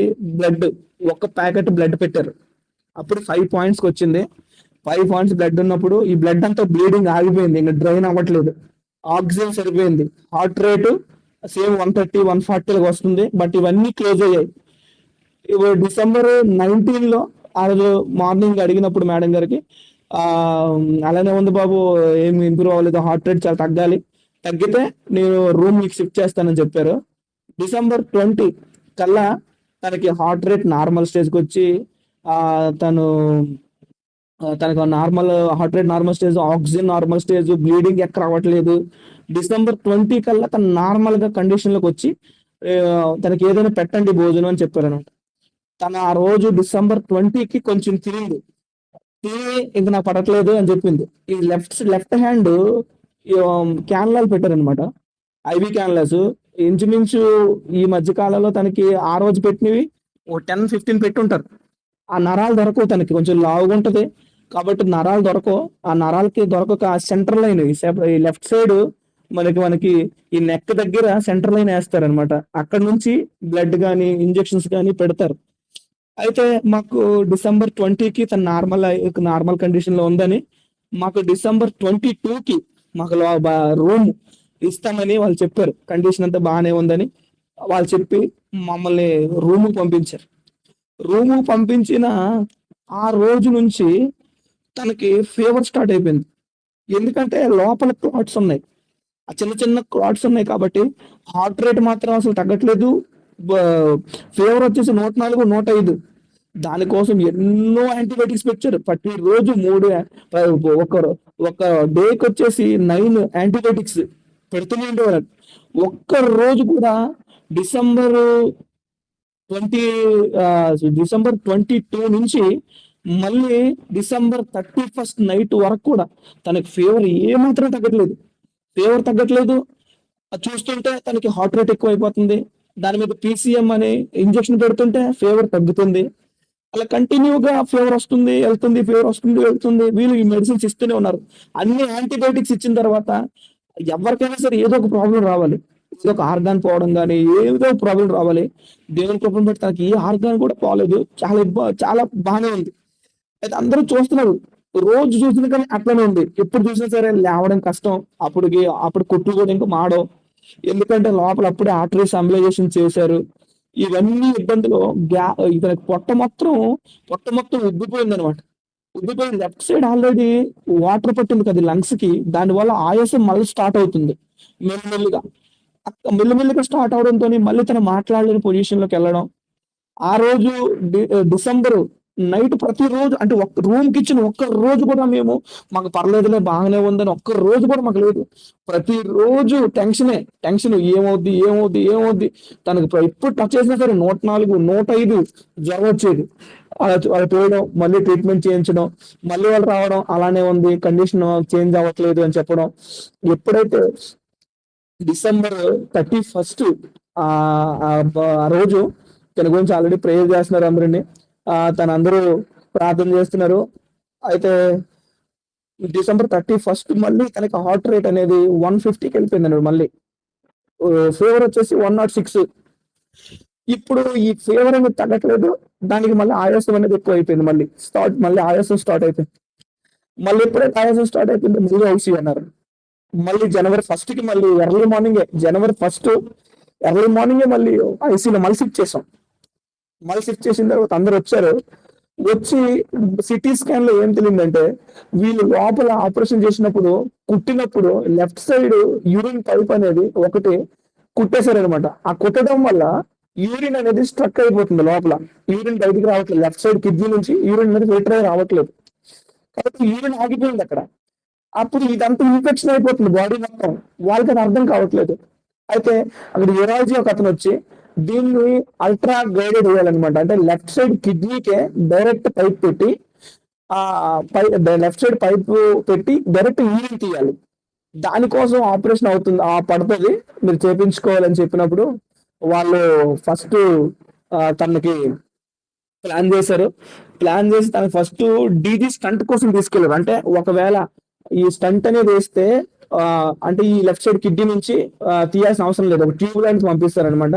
లెఫ్ట్ సైడ్ యూరిన్ పైప్ కి ఆ ట్యూబ్ వెళ్తే ఆ యూరిన్ ఆ సైడ్ నుంచి వచ్చేస్తుంది లోపలికి. కాబట్టి లెఫ్ట్ సైడ్ పైప్ పెట్టాల్సిన అవసరం లేదని తీసుకొని వెళ్ళారు. ఆ రోజు కూడా ఫుల్ ఫీవర్, అసలు వణికిపోయి ఇంకా హార్ట్ అంతా అదిరిపోతుంది అలా అనిపించేది అనమాట తనకి. నాకు చెప్పేది, నాకు హార్ట్ అంతా అదిరిపోతుందండి, నాకు బాగా ఇబ్బందిగా ఉంది అని చెప్పి తనకి ఆపరేషన్ థియేటర్ తీసుకుని వెళ్ళి బయటకు తీసుకుని వచ్చినప్పుడు కూడా డీజీ స్టంట్ అవ్వలేదు. అది అంటే ఎక్కువ కుట్లని ఆ పైప్ పైన పడడం వల్ల ఈ స్టంట్ వేయలేకపోయామని డాక్టర్ గారు చెప్పారు. చెప్పి తనకి అల్ట్రాసౌండ్ గైడెడ్ అంటే డైరెక్ట్ కిడ్నీకి పైప్ ఇవ్వాల్సి వస్తుంది అని చెప్పి ఆ నెక్స్ట్ రోజు అదే రోజు జనవరి 1 నైట్ ఆ పైప్ పెట్టారు. పైప్ పెట్టి సెకండ్ కి తనకి ఐసీలో నుంచి ఆ సెకండ్ అందరూ ఐసీలో షిఫ్ట్ అయ్యింది అని చెప్పినప్పుడు మళ్ళీ అందరూ ప్రార్థన స్టార్ట్ చేశారు. మళ్ళీ ఏం ప్రభు పొజిషన్ అని చెప్పి అందరూ ప్రార్థన చేస్తున్నప్పుడు తనకి లెఫ్ట్ సైడ్ పైపు, ఈ పైప్ అనేది ఎప్పుడైతే యూరిన్ పైప్ అనేది పెట్టారో అప్పుడు యూరిన్ అంతా రావడం, తనకి ఫీవర్ తగ్గడం జరిగింది. జనవరి 3 డిశ్చార్జ్ కి ఇస్తారని వాళ్ళు ప్లాన్ చేశారు. జనవరి 3 మేము డిశ్చార్జ్ కావాలన్నప్పుడు మేము బిల్లు పే చేయడానికి వెళ్ళినప్పుడు మాకు బిల్లు అక్కడ 15 లక్షలు అయింది. అంటే డిసెంబర్ 17 నుంచి జనవరి 3 వరకు 15 lakhs మేము కట్టి 15 lakhs అంటే అప్పటికప్పుడు నా డబ్బులు లేవు. అంటే నాది 5 లక్షలే, నాకు ఎక్కడ సెట్ అవ్వలేదు. అప్పటికి 15 లక్షలు మా సంఘం అంతా నాకు చాలా హెల్ప్ చేశారు. అప్పుడు మా సంఘం అంతా 5 lakhs వరకు, అన్నయ్యలు అందరూ సంఘం 5 lakhs వరకు ఇచ్చారు. మా కంపెనీ నాకు ఒక 10 lakhs ఇచ్చింది. అవి నేను ఇందులో పెట్టి ఆ 15 lakhs కట్టి ఆ థర్డ్కి జనవరి 3కి వచ్చేసాం ఇంటికి. జనవరి 3కి ఇంటికి వచ్చిన తర్వాత నల్లని పొజిషన్ అనమాట. అలా రావడం, అలా పడిపోవడం. అప్పటికి 2 బ్యాగ్స్ ఉన్నాయి ఆల్రెడీ. ఒకటి యూరిన్ బ్యాగ్ ఉంది, నెక్స్ట్ లెఫ్ట్ సైడ్ ఈ పిసిఎన్ బ్యాగ్ ఉంది. ఈ బ్యాగ్స్ పెట్టుకొని వచ్చాం. 4th జనవరి 3 ఇంటికి వచ్చి 4th నుంచి ఇంటికి వచ్చిన తర్వాత మళ్ళీ ఫీవర్ స్టార్ట్ అయింది. మళ్ళీ ఫీవర్ కంటిన్యూగా వస్తూనే ఉందన్నమాట. ఇంకా ఫీవర్ స్టార్ట్ అయిపోయి లేవలేని పరిస్థితి. రోజు తను లేపడం, గుండె ఎదురుతుందని చెప్పి అదే ఉందని చెప్తూ ఉంటే ఇంకా నాకు రోజు డిసెంబర్ నుంచి ఇంకా నాకు కంటిన్యూగా ఇంకా తనతోనే ఉంటున్నాను. కాబట్టి ఇంక ఎక్కడ తను విడిచిపెట్టి వెళ్ళదలుచుకోలేదు. ఇంకా ఆ జాబ్ ఇంక చెప్పేసాను 2 months ఆల్రెడీ లీవ్ అని. తన దగ్గరే ఉన్నాను. తను చూసుకుంటూ తనకి భోజనం పెట్టాలని ఏం పెట్టాలని చూసుకున్నప్పుడు ఫీవర్ తగ్గేది కాదు. ప్రతిరోజు కూడా డాక్టర్ రావడం, వాళ్ళు ఇచ్చిన ఇంజక్షన్ పెట్టడం ఇలా జరుగుతుండేది. మళ్ళీ జనవరి 12కి ఎక్కువ అయిపోయింది అనమాట. ఇంకా ఫీవర్ తగ్గట్లేదు, చలి జ్వరం వణికించేస్తుంది. బాగా చలి వణుకుతూ లేవలేరు అనమాట. ఇంకా అలాంటి చలి జ్వరం అనేది తనకి అటాక్ అయిపోతుండేది. ఎందుకంటే లోపల ఇన్ఫెక్షన్ ఉంది, ఆ క్లాట్స్ ఉండిపోయినాయి, దానివల్ల బాడీ అంతా ఇన్ఫెక్ట్ అయిపోయింది. కాబట్టి మేము జనవరి 4కి మళ్ళీ అపోలో తీసుకెళ్ళాం అనమాట. మళ్ళీ జనవరి 4కి వెళ్ళి మళ్ళీ జనవరి 4లో ఆ హాస్పిటల్లో చూపించి వాళ్ళు దానికి ఒక ఇంజక్షన్ ఇచ్చినప్పుడు ఆ ఇంజక్షన్ అనేది అన్ని యాంటీబయాటిక్లు ఫెయిల్ అయిపోయాయి అనమాట. అండ్ ఆ ఇన్ఫెక్షన్ ఏ యాంటీబయాటిక్ పనిచేయదు. కాబట్టి ఏ యాంటీబయాటిక్ కూడాను ఇంకా మరి తనకి లాస్ట్ యాంటీబయాటిక్ ఒకటే ఉంది. అదేంటంటే జోవిసెప్టా అని ఒక 2 ఇంజక్షన్స్ ఉంటాయి అనమాట. ఆ ఇంజక్షన్ యాంటీబయాటిక్ అన్నింటిలో కంటే లాస్ట్ యాంటీబయాటిక్ అదే. ఇంకా అది ఇంకా యాంటీబయాటిక్ ఇంకా లేదంటే ఇంకా పేషెంట్ మనం వదులుకోవాల్సిందే. కాబట్టి ఆ ఒక్క యాంటీబయాటిక్ ఉంది. ఆ ఒక్క ఇంజక్షన్ కాస్ట్ ఆ 2 ఇంజక్షన్ కాస్ట్, ఒక ఇంజక్షన్ కాస్ట్ 6,000, ఒక ఇంజక్షన్ కాస్ట్ 2,000, 8,000. అలా ఎవ్రీ డేకి మనకి ఎన్ని ఇంజక్షన్ లెక్కించాలి? 6 ఇంజక్షన్ లెక్కించాలి. అంటే 24,000 పర్ డే మనం ఇవ్వాల్సిన వాళ్ళకి. ప్రతిరోజు 24,000, అలాగే 21 days ఇవ్వాలి. అయితే ఆ రోజు 12కి మాకు ఇంజక్షన్ ఇచ్చారు. తనకి జ్వరం కంట్రోల్ అయింది, ఇన్ఫెక్షన్ తగ్గుతుంది, ఇది పెట్టేసుకోండి అని చెప్పారు. 12కి మేము ఇంటికి వెళ్ళాం. ఇంటికి వెళ్ళి ఒకే ఒక్కరోజు ఉన్నాం. మళ్ళీ సేమ్ కండిషన్. మళ్ళీ అపోలో తీసుకెళ్ళాం. మళ్ళీ 14కి మళ్ళీ అపోలో తీసుకుని వెళ్ళాం. మళ్ళీ 14 కారులో తీసుకుని వెళ్తుండగా తనకి అక్కడ బీపీ డౌన్ అయిపోయింది పూర్తిగా.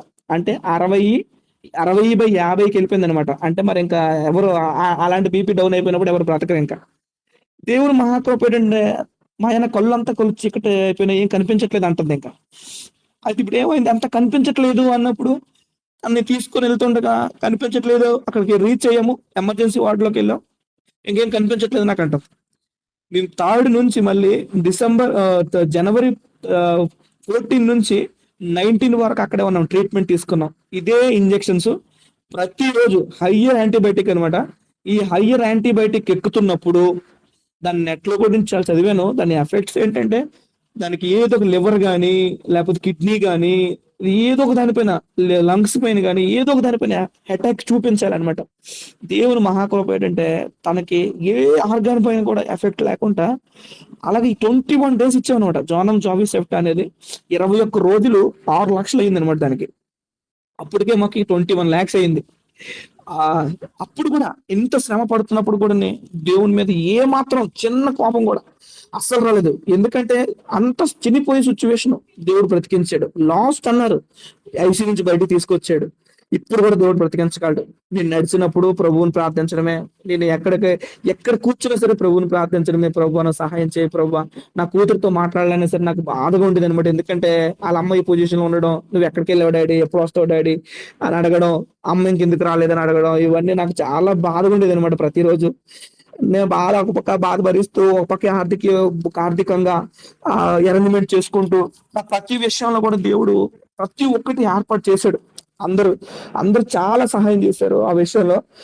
అయితే నేను తనకి 19th వరకు హాస్పిటల్లో ఉన్నాను. 19th కి తనకి కొంచెం రికవరీ వచ్చింది. 19th కి మళ్ళీ ఇంటికి వెళ్ళిపోయాం. 19th నుంచి తనకి 27 కి మళ్ళీ మనం రివిజన్ కి రమ్మని చెప్పారు. అప్పుడు వరకు ఎటువంటి ఫీవర్ లేదు, బాగానే రికవర్ అయ్యింది, బాగానే ఉంది, చక్కగా నడుచుకుండేది, అటు ఇటు తిరిగి చక్కగా అందరితో మాట్లాడుతూ ఉండేది. సర్లే దేవుని కృప మనకి రికవర్ అయింది అని అనుకున్నాను. అని అనుకున్నప్పుడు రికవర్ అయిపోయింది కదా ఇంకా పర్లేదు అన్నప్పుడు మేము రివిజన్కి వెళ్ళాం. మళ్ళీ January 27 కి అపోలో హాస్పిటల్ మళ్ళీ రివిజన్కి వెళ్ళాం. రివిజన్కి వెళ్ళినప్పుడు ఆయన చూసి ఈ పైప్ అనేది, ఈ PCN పైప్ అనేది, కిడ్నీకి ఇచ్చిన పైప్ అనేది తీయాలి, 1 month అయిపోయింది కాబట్టి, ఎందుకంటే January 1st వేశారు కదా, అది తీసేయాలి, తీసి మళ్ళీ ఇంకో పైప్ చేంజ్ చేయాలని చెప్పి అసిస్టెంట్ డాక్టర్ ఒక అతనికి ఇచ్చారనమాట. ఆయన ఈ పైప్ తీసి పైప్ వేయలేకపోయారు అనమాట. 27 సాయంత్రం పైప్ తీసుకొచ్చాం, అన్ని పైపులు ఇంకో పైప్ పెట్టాలి అని చెప్పి డాక్టర్కి వెళ్ళిపోయారు. ఈ అసిస్టెంట్ డాక్టర్కి ఇచ్చారు. అపోలోలో ఎంత క్రిటికల్ కండిషన్ పేషెంట్ ని వాళ్ళు ఏం చేశారంటే, ఒక అసిస్టెంట్ డాక్టర్కి ఇస్తే ఆయన పైప్ వేయలేక చిన్న వైర్ ఉంటుంది అనమాట, బైండింగ్ వైర్ లాంటి వైరు, దాన్ని కాంట్రాస్ట్ అంటారు. ఈ వైర్ లోపలికి పెట్టి దాని ద్వారా వేయారనమాట ఆ పైప్ ని. ఒక పక్కన పొడుస్తూ ఇది పొడుస్తూ ఉంటే నరకం, ఇంకా అది ఏడుస్తూ ఉంది. ఆ ఏడుపుని నేను తట్టుకోలేకపోయాను అసలు. ఏడుస్తూ ఉంది తను, నాకు చాలా బాధగా ఉంది, నొప్పేస్తుంది అసలు అని తను గట్టిగా కేకలు వేయడం, అని నేను అక్కడే ఉండడం, ప్రభా ఏంటి ప్రభు పరిస్థితి, మాకు సహాయం చేయ ప్రభు అని ప్రార్థన చేసుకోవడం, ఇదే జరిగింది ప్రతి దగ్గర కూడా. లాస్ట్ కైనా ఆ పైప్ వేయలేకపోయారు అనమాట. ఆ పైప్ వేయలేక ఇక తను ఏమంటుంది, ఆపరేషన్, తనకి యూరిన్ పైప్ అనేది, యూరెటర్ అనేది ఆపరేషన్ చేస్తే తప్ప ఈ పైప్ తీయడానికి అవ్వదు, కాబట్టి ఆపరేషన్ నెక్స్ట్ డే చేయించుకుంటాను నేను, ఇది అంతా ఎవరు పడతారు ఈ బాధ అని చెప్పి 27 ఇంటికి వెళ్ళిపోదాం పదండి అని చెప్పి అది నైట్ తను పొడిచి వదిలేసాడు. అలాగా ఆ 27 నైట్ కి ఇంటికి వచ్చాం. 28 స్టార్ట్ అయింది మళ్ళీ జ్వరం, ఎందుకంటే యూరిన్ బ్లాక్ అయిపోయింది. ఇప్పుడు ఈ పైపు లేదు కదా లెఫ్ట్ సైడ్. 28 ఫుల్ మళ్ళీ వణికించేస్తుంది జ్వరం. అసలు ఎవరు పట్టుకున్నా సరే గజ వణికి 2 దుప్పట్లు 3 దుప్పట్లు వేసినా కానీ అసలు సెట్ అవ్వట్లేదు. మళ్ళీ జ్వరం ఇంజక్షన్ ఇవ్వాలి, టాబ్లెట్ కూడా సెట్ అవ్వదు. మళ్ళీ జ్వరం PCM అనే పారాసిటమాల్ ఇంజక్షన్ తెచ్చి ఒక డాక్టర్ ఇస్తే తప్ప మళ్ళీ సెట్ అవుతుంది అనమాట. అలాంటి స్టేజ్ లోకి వెళ్ళిపోయి తను 28 కి మళ్ళీ మేము కంపల్సరీ వెళ్ళిపోవాలి, హాస్పిటల్కి వెళ్ళాలి, లేకపోతే ఇలాంటి సిచ్యువేషన్ అంటే హార్ట్ రేట్ కూడా తను పెరిగిపోతుంది, మళ్ళీ 140 150కి వెళ్ళిపోతుంది. ఫీవర్ కూడా 106 107. మళ్ళీ ఎర్లీ మార్నింగే 28 ఎర్లీ మార్నింగే వెళ్ళాం. ఆ రోజు డాక్టర్ గారు అవైలబుల్ లేరు 27 కి. ఆయన శ్రీకాకుళంలో ఉన్నాను, నేను విశాఖపట్నం రాలేనని చెప్తే అది రేడియాలజిస్ట్ మాత్రమే వేయగలరు అనమాట. అంటే ఒక స్క్రీన్ లో చూస్తూ ఈ వైర్ అనేది పెడుతూ ఈ పైపుని పెట్టాలి, కిడ్నీ దగ్గర పెట్టాలన్నమాట తీసుకొని వెళ్ళి. అప్పుడే యూరిన్ అనేది కరెక్ట్ వస్తుందా లేదని చూస్తారు. అది ఇంకే డాక్టర్లు వేయలేరు అనమాట, దానికి సపరేట్ గా ఒక టీం ఉంటుంది, దానికి రేడియాలజిస్టులే వేయగలరు దాన్ని. అయితే డాక్టర్ గారు అవైలబుల్ లేకపోవడం వల్ల మాకు అవ్వలేదు. ఆయన 28 వచ్చారు. 28 నైట్ కి 12 o'clock కి తనకు చిన్న పైప్ వేసాడు అనమాట. ఆ పైప్ వేసినప్పుడు తనకి కొంచెం ఫీవర్ అనేది తగ్గింది. ఫీవర్ తగ్గి మార్నింగ్ మేడం గారు వచ్చారు. మళ్ళీ సేమ్ ఇదే కంటిన్యూ చేస్తున్నారు వాళ్ళు. ఈ ఫీవర్ వచ్చిందంటే యాంటీబయాటిక్ ఒకటే పెడుతున్నారు, యాంటీబయాటిక్ మార్చట్లేదు వాళ్ళు. ఇంటికి వెళ్ళినా కానీ 10 రోజులు యాంటీబయాటిక్ నేనే ప్రతిరోజు. ఇంకా RMP డాక్టర్ ప్రతిరోజు రాడు కదా, ఇంకా నేనే సెలైన్ పెడుతూ IV క్యాన్ లో ఉండేది. ఇక నేనే సిరంజిల్ లోడ్ చేస్తూ నేనే ఇంజక్షన్లు పెడుతూ అలా చేసేవాడిని ప్రతిరోజు.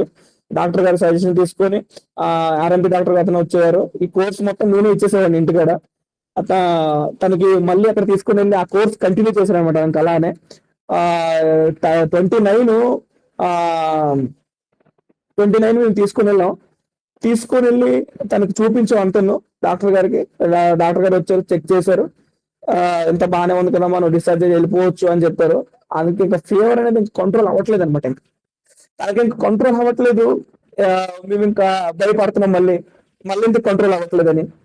అప్పుడు దేవుడు ప్రతిరోజు ప్రార్థన చేస్తున్నప్పుడు ఒక రోజు నైట్ 29th నైట్ ఏ రోజైతే పైపు పెట్టారో అదే రోజు తనకి విపరీతమైన స్టమక్ పెయిన్ లెగిసిపోయింది అనమాట. విపరీతమైన నొప్పి.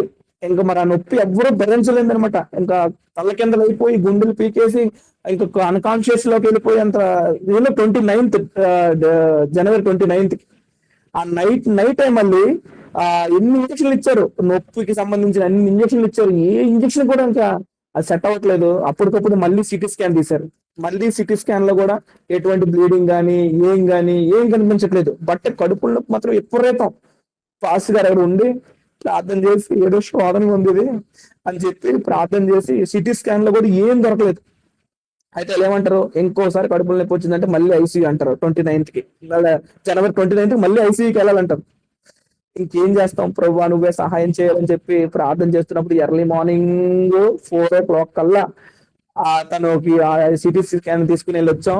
ఆ రోజు 30 డేట్ జనవరి 30 కూడా మేము తీసుకుని వెళ్ళి తెచ్చిన తర్వాత ఎర్లీ మార్నింగ్ వరకు కొంచెం పెయిన్ వస్తుంది కానీ బాగానే ఉంది అంటుంది.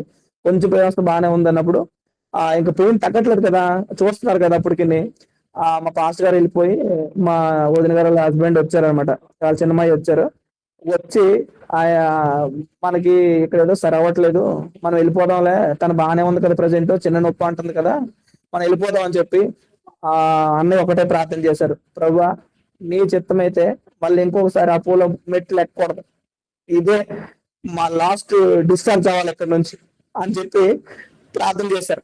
అయితే డాక్టర్ గారు ఏమని రాశారు తెలుసా, డిశ్చార్జ్ లో వెరీ క్రిటికల్ కండిషన్, ఇన్ఫెక్షన్ అంతా బాడీలో ఉంది, ఇన్ఫెక్షన్ ఉంది కాబట్టి పేషెంట్ చనిపోయే అవకాశం ఉంది కాబట్టి ఇక్కడ ఉండాలి, ఇంకా డిశ్చార్జ్ ఇవ్వదలుచుకోలేదు, దీన్ని వీళ్ళు కోరుండి డిశ్చార్జ్ అడుగుతున్నారు కాబట్టి దీన్ని డామా డిశ్చార్జ్ కింద, అంటే అటెండర్స్ నాట్ విల్లింగ్ అంటే వాళ్ళు యాక్సెప్ట్ చేయట్లేదు ఉండడానికి, ఇక్కడ ఫైనాన్షియల్ ఇష్యూ, వెళ్ళిపోతే ఇది క్రిటికల్ కండిషన్ అని రాసి ఈరోజు నా దగ్గర ఉన్నాయి అన్ని రిపోర్ట్లు కూడా డామా డిశ్చార్జ్ కింద ఇచ్చారు. అంటే ఆ రోజు షూరిటీ లేదు, ప్రెసెంట్ బతకదనే ఇచ్చారు వాళ్ళు కూడా. అంటే ఇంటికి తీసుకెళ్తే ఇదంతా ఇన్ఫెక్షన్ అంతా బాడీలో ఫుల్ అయిపోయి పేషెంట్ బ్రతకదు అని వాళ్ళు ఇచ్చారు. సరే ఇస్తే ఇవ్వండి అని మేము ప్రార్థన ఒకటే చేసాం. మళ్ళీ నీ చిత్తం అయితే ప్రభువా నీ కృపతో ఇంకా మరి ఇక్కడ ఎక్కడ మేము ఇంక ఈ అపోలో మెట్లు ఎక్కకూడదు ఇంకా అని ప్రార్థన చేసి బయట ఎక్కి వెళ్ళిపోయాం. మాకు 31st తీసుకున్నాం డిశ్చార్జ్. 30 రోజులు జరిగింది. మాకు డిశ్చార్జ్ మేమేమో మీ కోరుండి వెళ్ళిపోతామంటే ఇచ్చేస్తామని చెప్పేసి మీరు నాట్ విల్లింగ్ అని చెప్పి డామా డిశ్చార్జ్ కింద ఇచ్చారనమాట. అండ్ మీ ఫైనాన్షియల్ ఇష్యూల కింద వీళ్ళు వెళ్ళిపోతున్నారు, డబ్బులు కట్టలేక వెళ్ళిపోతున్నారు అని మాకు ఇచ్చారు. ఇంకంతా యెహోవా దేవుడు ప్రభువే ఇంకా మాకు సహాయం, ఇంకా యేసుక్రీస్తు వారే మా తోడు అని మేము ఇంక బయలుదేరి వచ్చినప్పుడు ఇంటికి వెళ్ళిపోయాం. ఫిబ్రవరి 1st వచ్చాం. వచ్చి ఒక రోజులు ఉన్నాం. ఫిబ్రవరి 2nd తను చిన్న కేబుల్ లాంటి వైర్ వేశారు కాబట్టి లోపల ఆల్రెడీ ఇతను 27 గుచ్చి వదిలేరు కదా, లోపల తనకి ఈ బ్లడ్ అంతా చిన్న చిన్న క్లాట్స్ కింద అయిపోయింది. బ్లడ్ ఆ బ్లడ్ లో ఒక చిన్న క్లాట్ అనేది ఆ పైప్ అడ్డంగా ఉండిపోయి యూరిన్ రావడం ఆగిపోయింది. యూరిన్ రావడం ఆగిపోతే ఏంటి ప్రభావం ఎక్కడ ఉంటుంది చూపిస్తుంది, చలి, వణుకు, ఫీవర్, మళ్ళీ ఇన్ఫెక్షన్ స్టార్ట్. అయితే ఇంకా ప్రభువా నువ్వు ఎక్కడ నడిపిస్తావు ప్రభువా, ఇంకా అక్కడికి వెళ్ళమని ఇంకా అనుకొని వచ్చాం. కాబట్టి శ్రీకాకుళంలో హరిప్రసాద్ కిడ్నీ సెంటర్ అని ఒక హాస్పిటల్ ఉంది. మేము ఎక్కడికి వెళ్ళాం,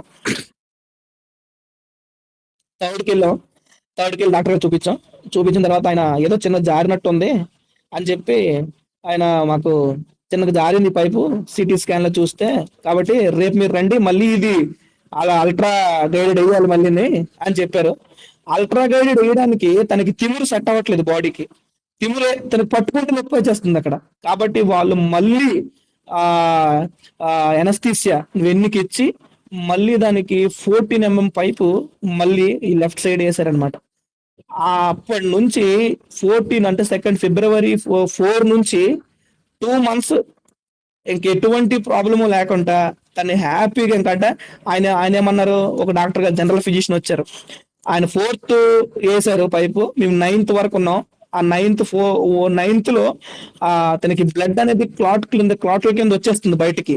డ్రైన్ పెట్టారు ఒకటి, అక్కడ నుంచి క్లాట్ల కింద వచ్చేస్తుంది పెద్ద పైపులో. వాళ్ళేమనుకున్నారు ఇది డిక్ అనే కింద ల్యాండ్ అయిపోయింది, బ్లడ్ అనేది నరాల్లో ఉండిపోయి ఆ క్లాటింగ్ ఫ్యాక్టర్ నేను తగ్గిపోయింది కాబట్టి ఇది బ్లడ్ అంతా వచ్చేస్తుందని వాళ్ళు ఐడెంటిఫికేషన్ చేసి వాళ్ళు ఏమనుకున్నారు ఇది లివర్ ఫంక్షనాలిటీ తక్కువైంది, ఎందుకంటే యాంటీబయాటిక్స్ హైయర్ యాంటీబయాటిక్స్ కదా, దీనివల్ల లివర్ పోయిందని వాళ్ళు అనుకొని ఎన్నో టెస్టులు చేపించి నెక్స్ట్ హిమటాలజీ తీసుకుని వచ్చారనమాట.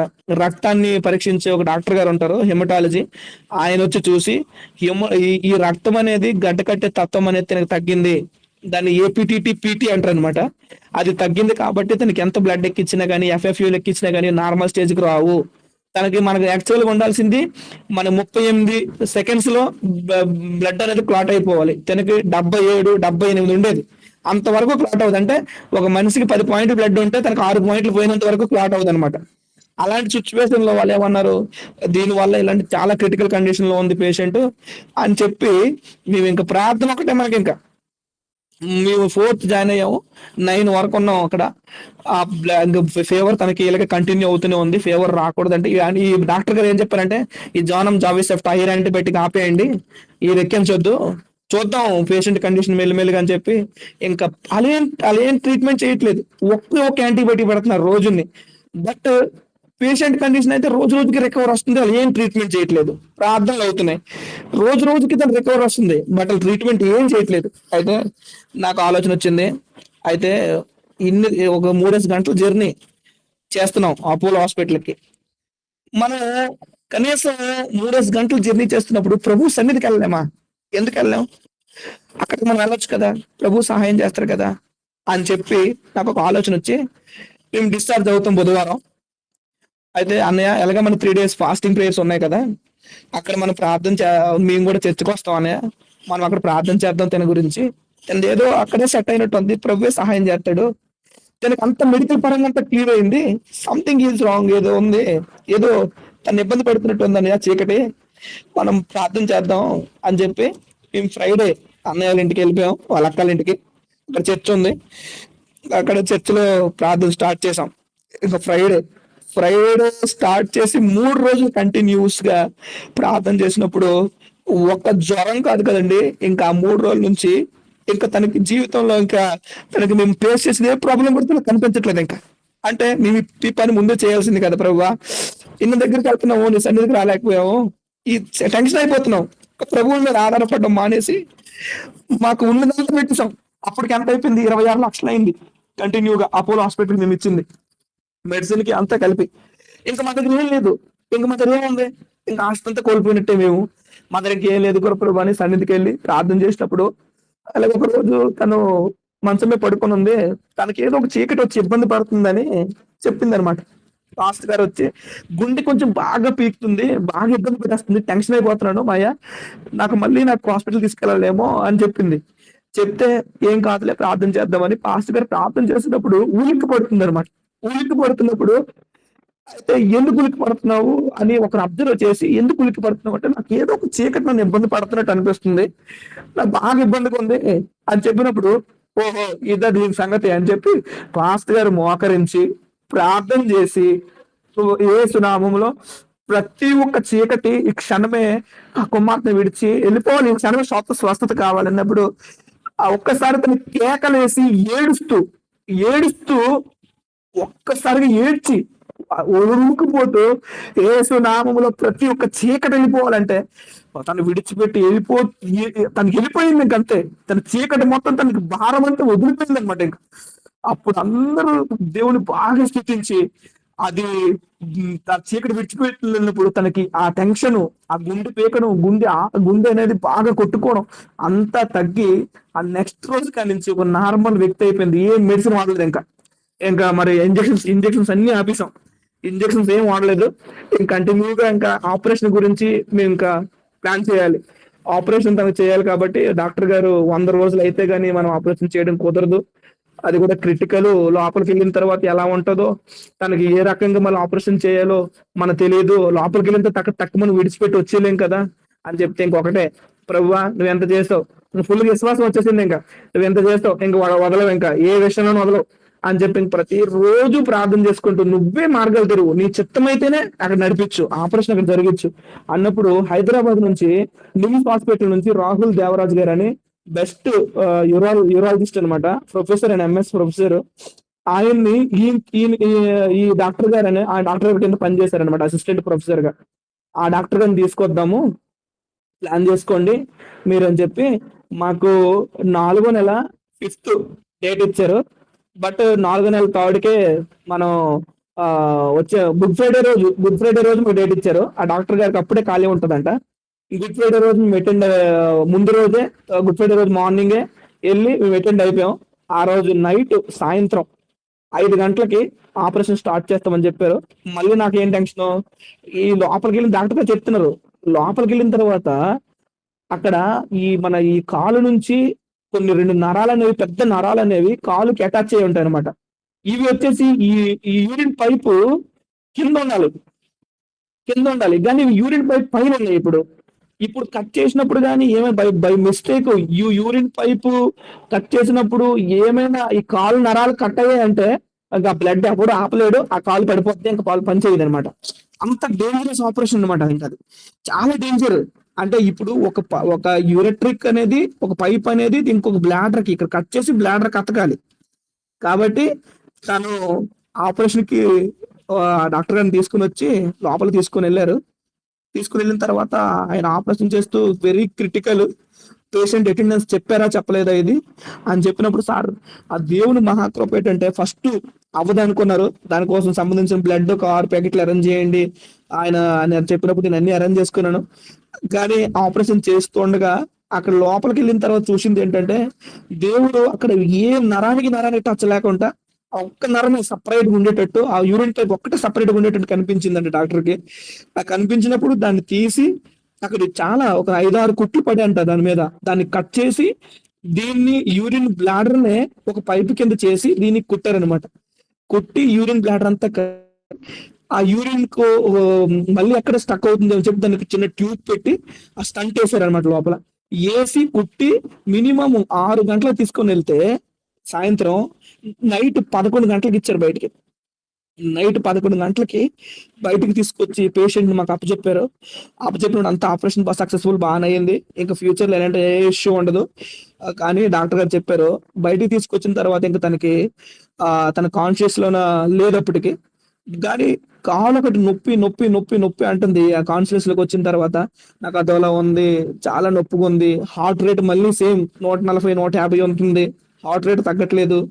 ఫీవర్ అయితే రాలేదు కానీ హార్ట్ రేట్ తగ్గట్లేదు, ఆక్సిజన్ తగ్గుతుంది మళ్ళీ.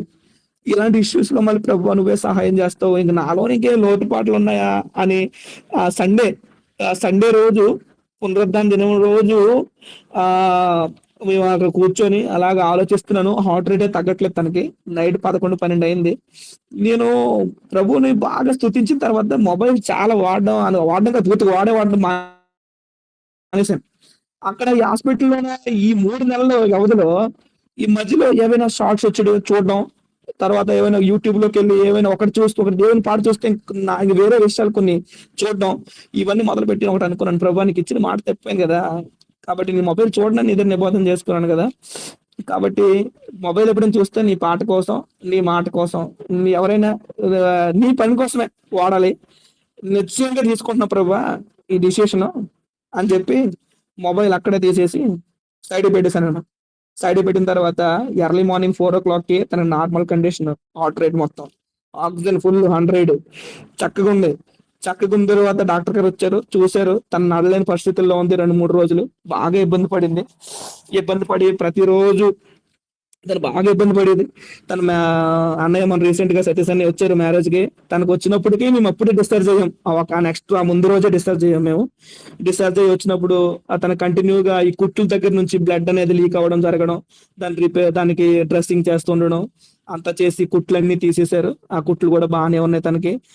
దేవుని కృపను బట్టి ఇప్పుడు యూరిన్ పైప్ ఒకటి ఉండేది, ఈ లెఫ్ట్ సైడ్ ఆ పైప్ కూడా పెట్టారు. యూరిన్ పైప్ తీస్తారు. ఈ లెఫ్ట్ సైడ్ పీసీఎన్ పైప్ ఇప్పుడు ఉంది ఆల్రెడీ.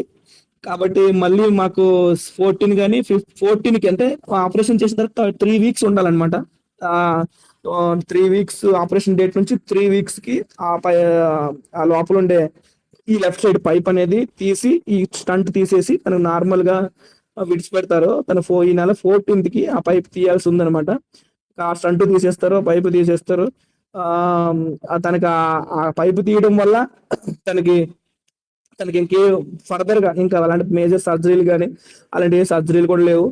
తర్వాత తనకు లోపల ఆపరేషన్ చేసినప్పుడు సర్విక్స్ ఒకటి విడిచిపెట్టేశారు అనమాట. లేడీస్ కు ఈ పొట్ట భాగం కింద ఉంటది. ఆ సర్విక్స్ విడిచిపెట్టడం వల్ల ఫ్యూచర్ లో ఎప్పుడైనా క్యాన్సర్ వస్తుంది, అది వస్తుంది, ఇది వస్తుంది అని చెప్పారు. బట్ దేవుని కృప ఏంటంటే దేవుడు ఎంతవరకు తీసుకొచ్చి, దేవుడు నువ్వు ఏ విషయంలో భయపడకు, నేను తోడే ఉన్నాను, భయపడకు అన్నాడు, నీకు తోడే ఉన్నాను అని అన్నాడు. కాబట్టి ఆయన చేయి విడవలేదు. మమ్మల్ని అందరూ విడిచిపెట్టేసిన వాళ్ళే, కానీ ఆ క్షణంలోకి వచ్చేసరికి ప్రభు మా చెంత ఉన్నారు, మాతో తోడే ఉన్నారు. అంబులెన్స్ వెళ్తే అంబులెన్స్ లో ఉన్నారు, మన దగ్గర కూర్చుంటే కూర్చున్నారు. ఏడ్చినప్పుడు ఆయన బాధపడ్డాడు. అన్ని విషయంలోనూ ఆయన మా పక్కనే ఉన్నాడు. అది మాకు అర్థం కాలేదు ప్రతి ఒక్క విషయంలో. ఎందుకంటే మనం ఆయన ఆత్మతో, అంటే మన హృదయంతో ఆయన చూసినప్పుడు ప్రభు మన పక్కనే ఉంటాడు మన బాధ వచ్చినప్పుడు. ఎందుకంటే మన దేవుడు గొప్ప దేవుడు.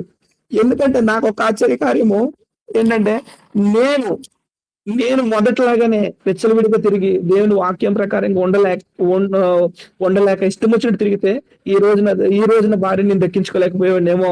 ఎందుకంటే ఆయన గొప్ప దేవుడు, వర్తమాన భూత భవిష్యత్తు కలిగి ఉన్నవాడు. అంటే ఫ్యూచర్ లో నీకు ఏం జరుగుతుందో తెలుసు. ఇడేటోళ్ళ మారిపోయాడు. నాతోనే అసలు టంగ్స్ మాట్లాడడం ఏంటి, దర్శనాలు చెప్పడం ఏంటి, అసలు ఏంటంటే ఆయన ఏమనుకున్నాడు, బాబు నీకు ముందు ఒక పెద్ద ప్రాబ్లం ఉంది. పెద్ద ప్రాబ్లం ఉందంటే రోధించడం నేర్చుకోవాలి ఫస్ట్. నువ్వు నా దాని సన్నిధిలో నువ్వు వ్యాధం నేర్చాలి ఫస్ట్. నువ్వు రోధించడం నేర్చాలి, కన్నీరు కాచడం నేర్చాలి అని చెప్పి దేవుడు నన్ను పిలుచుకొని నాలో ఉన్న ప్రతి ఒక్క పాపాన్ని ఒప్పించి, దేవుడు మన హృదయంలోకి రావాలంటే చెత్త ఉంటే లోపల రాదు కదా. కాబట్టి ముందు నీ హృదయంలో ఉన్న చెత్త మొత్తం తీసేనైనా, తీస్తే తప్ప నేను పరిశుద్ధాత్మని నీలో రాలేను. కాబట్టి చెత్త మొత్తం తీసి అని చెప్పి ఆయన ఫాస్టింగ్ ప్రేయర్స్ లో నా పాపలన్నీ ఒప్పించి, నువ్వు డ్యూటీకి వెళ్ళిన తర్వాత ఏ రకంగా బ్రతకాలో దేవుడు నాతో మాట్లాడి ఇక్కడ తీసుకొని వచ్చి, ఇంకా ప్రతి దినము, అంటే నాకు ఈ ప్రాబ్లం అంటే అప్పటికి తనకు కన్సిడర్ అవ్వలేదు, ఏం లేదు. ఈ ప్రాబ్లం ముందుకుంది, కానీ ప్రభు ఎరిగి ఉన్నవాడు. వీడి జీవితం పోకూడదు, వీడి జీవితం విచ్చలవిడి అయిపోకూడదు అని చెప్పి ఆయన నాకు ఎంతగానో నన్ను ప్రేమించి ఆయన చేర్చుకొని, నాకు ప్రార్థన రాదు, విజ్ఞాపన రాదు, ఆరాధన రాదు, వాక్యం చెప్పడమే రాదు. నేను ధ్యానించిన ఈ మధ్య కాలంలో ఈ గ్రూపులో చెప్పిన 8-9 మెసేజ్లు కూడా అది నాకు సంబంధించినవే. దేవుడు నాతో మాట్లాడిన విషయాలు. ఆ తర్వాత అన్ని ఒకసారి చెక్ చేసుకున్నాను నేను. నా ఎంత అభ్యంతర పడకని, శత్రువు మీద దాడికి వచ్చినప్పుడు నువ్వు కలిగి ఉండాల్సినవని, యెహోవా దేవుడు గల జనులు ధన్యులని, ఆయన స్వాస్థ్యంలో ఉన్నవారు మన ధన్యులని, ఆ తర్వాత శత్రువుని పైకి దాడికి వచ్చినప్పుడు నువ్వు ఏం కలిగి ఉండాలని, అలా అనేక ప్రేమ కలిగి ఉండాలని, జ్ఞానం కలిగిన వాడు ఏం చేస్తాడని, ఆపత్కాలంలో తప్పించబడతాడని అనేక విషయాలు చెప్పి 9 మెసేజ్లు కూడా అది నా లైఫ్ గురించి, నా కుటుంబం గురించి దేవుడు నాతో మాట్లాడింది. బట్ నేనేమండి ఈరోజు బైబిల్ తెచ్చినప్పటికీ వాక్యము నాతో దేవుడు మాట్లాడుతున్నాడంటే ఈరోజు గ్రూప్ లో చెప్పాలనుకునేవాడిని తప్ప ఇది నా కోసం, నా జీవితం కోసం అని నాకు అర్థం చేసుకోలేదు. ఆ తర్వాత నీకు అన్ని సిచ్యువేషన్స్ అన్ని నేను ఫేస్ చేసి ముందుకు వెళ్తున్నప్పుడు నా జీవితంలో ప్రభు ఎవరు జీవితం అనగాని ప్రభు చూస్తూ ఊరుకోనండి. ఆ జీవితం పోకూడదు, ఆయనకి ఎంత మాత్రం ఇష్టం ఉండదు. ఆయన గొప్ప దేవుడు. ఎందుకంటే నా విషయం చూడండి, నేను తిరిగేటండి, నేను ఎలాగంటే నా భార్య ఇప్పుడు నాకు విశ్వాసం లేకపోయినేమో ఈ రోజుకి 30 లక్షలు ఖర్చు అయింది. బట్ దేవుడు నమ్మదగిన వాడు. ఏ విషయంలో నా 30 లక్షలు కూడా మీరు 10,000 అడిగితే ఎవరి దగ్గర సెట్ అవ్వు. అలాంటిది మా పిల్లలకి అయితే డబ్బులు ఇచ్చారు, నా ఫ్రెండ్స్కి అయితే డబ్బులు ఇచ్చారు, నా కొలీగ్స్కి అయితే డబ్బులు ఇచ్చారు. నేను కూడా ఒక 2000 మందిలో నేను ఒక ఎంప్లాయీని అంతే. నా కంపెనీ నాకు చూడాల్సిన పని లేదు. బట్ నాకు అక్కడ దేవుడు మార్గాలు తెరిచాడు. అక్కడ 10 లక్షలు ఇచ్చి నేను లోన్ కట్టుకుంటున్నాను అనుకో, బట్ ఆ క్షణంలో ఇన్సూరెన్స్ ఒక 4,20,000 ఇచ్చారు. 5 lakhs నాకు ఒక డొనేషన్ కి ఒక లోన్ కింద ఇచ్చారు. ఈ రోజుకి నాకు శాలరీలో కట్ అవుతుంది. బట్ నాకు ఆ క్షణంలో అంటే మా నాన్నగారు దేవుడు నమ్ముకోలేదు. ఏసై అయితే మీకు ఇవ్వాలి కదా, మీ ఏసై అయితే మీకు తెచ్చి ఇవ్వాలి కదా, ఇలాంటి శ్రమలో మిమ్మల్ని ఆదుకోవాలి కదా అని అన్నప్పుడు నిజంగా ఏసై ఇచ్చాడండి. నిజంగా ఇచ్చాడు. ఏసై తెచ్చి ఇచ్చాడు నాకు. ఎందుకంటే 30 లక్షలు ఎవరికి సెట్ అవ్వు. నన్ను ఎలాగని మాకు ల్యాండ్స్ లేవు, మాకు పెద్ద పెద్ద ఆస్తులు లేవు, ఏం లేవు. డ్యూటీ చేసుకుంటే బ్రతకడం, లేకపోతే లేదు, అంతే. అంతేగాని దేవుడు గొప్ప దేవుడు కాబట్టి, నమ్మదగిన వాడు కాబట్టి నాకు ఎక్కడెక్కడి నుంచి డబ్బులు వచ్చాయంటే ప్రతి దగ్గర నుంచి కూడా డబ్బులు వచ్చి ఈ రోజు 30 లక్షలకు కూడా ఉన్నాయి. దేవుడు నాకు సెట్ చేసి ఇచ్చి, లేకపోతే ఈరోజు 10,000 ఎవరు సెట్ చేసుకుంటారు, రేపు ఇస్తాం ఎల్లుండి ఇస్తాం అంటారు. ఈ రోజు ఎవరికి సెట్ అవ్వు. 10,000 కూడా ఉన్నాయి. అలాంటిది లక్షల్లో కావాలి. 30 లక్షలు ఈ రోజుకి అయింది. నాకు అలాంటి ఎటువంటి ఇబ్బంది లేదు. కొంతమంది అన్ని జనుల్లో అయితే నాకు 30 లక్షలు లాస్ అయిపోయింది, నాకు ఆర్థికంగా పోయాను, నా భార్య చూసి తలగొంది, నేను బ్రతకాల్సిన పని ఏముంది ఇంకని అనేక విధాలుగా వేరే డిసిషన్ తీసుకొని చచ్చిపోతారు. కానీ దేవుడు అలాంటి కాదు. ఎంత విషయంలో తెచ్చినవాడు మనకి అన్ని విషయాల్లో తీసుకొస్తాడు. మమ్మల్ని నిలబెడతాను అని నేను ప్రతిరోజు ఆయన ఎందుకంటే నా ముందు చేసిన ఆశ్చర్యకార్యము. ఎందుకంటే నేను విచ్చలవిడిగా తిరిగిన నన్ను ప్రభు ఎంత చక్కగా దగ్గర తీసుకున్నాడండి. తీసుకొని ఆయన దర్శనాలు చూపించి, ఆయన దగ్గర కలిసి ఎలా బ్రతకాలో నేర్పించి, నాకున్న ప్రాబ్లమ్స్ ని నా కుటుంబం కోసం, నా భార్య కోసం, అనేక సంఘస్థుల కోసం, అనేక మంది కోసం విజ్ఞాపన చేసేవాడుగా ప్రతి దినము దేవుడు నాతో ఉండి ఎంత సంతోషంగా గడిపిన 2 సంవత్సరాలు. ఎందుకంటే నాకు ఈ పెద్ద ప్రాబ్లం ఉంది. ఈ పెద్ద ప్రాబ్లం నుంచి బయటపడాలంటే దేవుడిని ఇప్పుడు ఏడుకోవాలి. ప్రతి దినము ఏడాలి ఆయన దగ్గర.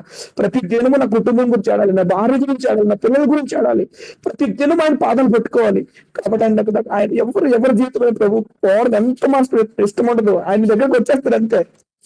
నీ దగ్గరకు వస్తాడు, నేను అడుగుతాడు, నేను తెలియదు విషయం. నేను మారిపోయాడంటే నీకేదో సమస్య ఉంది. ముందుకు వచ్చాడు ఆయన దగ్గరికి.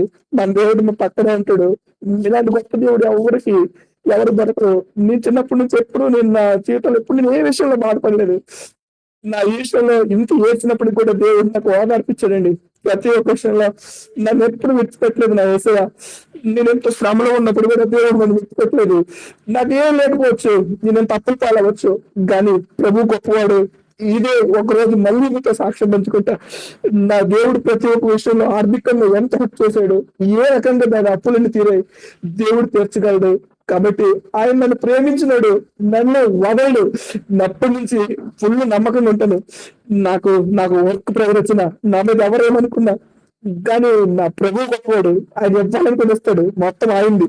కాబట్టి ఏ విషయంలోనే సరే ఆయన ఇవ్వగలని ధైర్యం కలిగి ముందుకు ప్రతి దినము ఆయన ప్రార్థించుకుంటూ వెళ్ళి ఆయన నాకు కొన్ని ఇబ్బందుల వల్ల నాకు టైం, నాకు హాస్పిటల్లో ఉండడం, ఎప్పుడు పడుకునేవాడిని, ఎప్పుడు లేచేవాడిని, ఎప్పుడు తినేవాడిని, ఒక టైమింగ్స్ అన్ని సెట్ అవ్వక ప్రభుత్వం గడపలేకపోయాను. నాకు ఇంకా సావాసం కరెక్ట్ సెట్ అవ్వట్లేదు అని ప్రతిరోజు బాధపడుతుంటాను. ప్రభు ప్రతి ఒక్కరు హృదయం ఎరిగిన వాడు. మనం మర్చిపోతాం మన బాధలు బట్టి, మన కష్టాలను బట్టి ప్రభు ఏం చేయలేదు మన జీవితంలో. కానీ ఎప్పుడో జరగాల్సిన ప్రాబ్లం నీ దగ్గరికి వస్తాడు. ముందే వచ్చి నీ బాధలన్నీ అడుగుతాడు. నీకు తెలియదు ఆ విషయం, బట్ నేను సెట్ చేస్తాడు. దేవుడు మనలోకి వచ్చి ఆయన విజ్ఞాపన పరిశుద్ధాత్ముడు మనలోకి వచ్చి విజ్ఞాపన చేయను ఉచ్చరింప కానీ మూలుగులతో, ఉచ్చరింప సత్యము కానీ మూలుగులతో పరిశుద్ధాత్ముడు నీ తరపున విజ్ఞాపన చేస్తాడు అనేది నా జీవితంలో నెరవేరిందో వాక్యం. ఆయన దగ్గరకు వచ్చాడు, నా జీవితంలో ఉన్నాడు. నాకు ఎప్పుడూ కళ్ళ నీళ్ళు తెలియవు. అలాంటిది ప్రతి ఒక్కరి కోసం రోధించి దగ్గర కోపించాడు, నన్ను మార్చాడు పూర్తిగా. ఎప్పటి నుంచో నేను ఈ గ్రూప్ లో లేనివాడిని.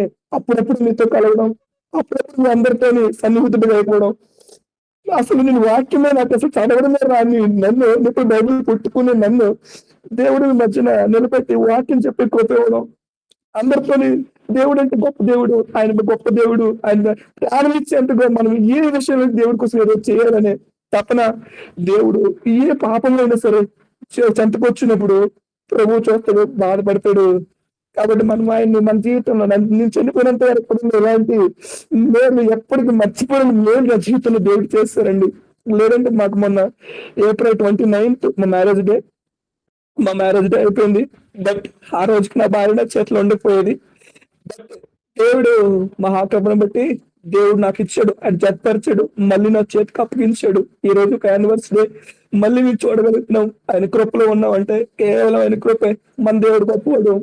ఎవరికి ఏ ఛాన్స్ లేకపోవచ్చు. వాళ్ళకి 99% అందరూ చెప్పవచ్చు మీకు ఏం ఛాన్స్ లేదు, మీరు బ్రతకరు, మీకు మీ లైఫ్ అంతే అని, మీ జీవితంలో ఇంకెవ్వరు మీకు సెట్ అవ్వరు, మీ లైఫ్ అయిపోయింది అని చెప్పొచ్చు. కానీ మన దేవుడు నమ్మదగిన వాడు. మనకు ఒక ఛాన్స్ ఉంది. మనకు 99% అందరూ వదిలేయచ్చు, 1% మన దేవుడు అన్నాడు. మన దేవుడు ఎంత ఉంటే మనకు ప్రతి ఒక్కటి మనకి ఎటువంటి ఇబ్బంది ఉండదు. ఎందుకంటే నా జీవితంలో జరిగింది మీకు పంచుకుంటున్నాను. నా భార్య బ్రతకదు, 99% మీకు రిపోర్ట్లతో సహా నేను ఇస్తాను. అందులో నాకు ఉన్నాయి, అన్ని వీడియోస్ ఉన్నాయి, ప్రతి ఒక్కటి ఉన్నాయి. వాళ్ళు చెప్పిందే, వాళ్ళు రాసిందే, వాళ్ళు సంతకం పెట్టిందే, నేను సంతకం పెట్టిందే అన్ని ఉన్నాయి. వాళ్ళు బ్రతకదన్నప్పుడు 99 అంటే ఆశలు లేవు 99% ఆశలు లేవు. ఆ 1% దేవుడు మనకున్నాడు. అన్ని జనులకు లేకపోవచ్చు, మనకున్నాడు. మన దేవుడు మనకున్నాడు. వాళ్ళకి తెలియదు. కొంతమంది దేవుడితో మాట్లాడడం ఏంటి, దేవుడు నిజంగా చేశాడా, ఇంత పిచ్చోడు ఏంటి, డాక్టర్ చెప్పారు అమ్మా అక్కడ అక్కడ వరకు వెళ్ళి, అంటే పై వరకు వెళ్ళి మళ్ళీ వచ్చావమ్మా నువ్వు, ఇది 2వ జన్మ. దేవుడు నీకు 2వ జన్మ ఇచ్చాడు. డాక్టర్ సాక్ష్యం ఇది, మీరేం చేయలేదు. అది ప్రాణం ఇవ్వాల్సింది వాడు దేవుడు, జీవం ఇవ్వాల్సింది వాడు దేవుడే, ప్రాణము నిలబెట్టవలసింది వాడికి దేవుడే. కాబట్టి ఏ సమయంలో కూడా నువ్వు మనం ఎంత విషయంలో కృంగిపడడానికి లేదండి. ఈ రోజు మనకి ఏ విషయంలో మాకు ఇది జరగలేదు, ప్రభువు నమ్ముకున్నాం, అది దేవుని చిత్తం కాదు. దానివల్ల నీకు ఏదో ఇబ్బంది ఉంది కాబట్టి నీకు అది ఇవ్వడు. ఆయనకి ఇస్తానంటే ఇస్తాడు. ఇచ్చినప్పుడు నీకు తెలియదు, నీకు ఎప్పుడు కన్సల్ట్ ట్రైనప్ చేస్తాడైనా. నీ దగ్గరకు వస్తాడు, నువ్వు వాకింగ్ చదువుతావు, ప్రార్థన చేస్తావు, విజ్ఞాపన చేస్తావు, దేవుని మాట్లాడే ఇంట్రెస్ట్ ఉంటాయి.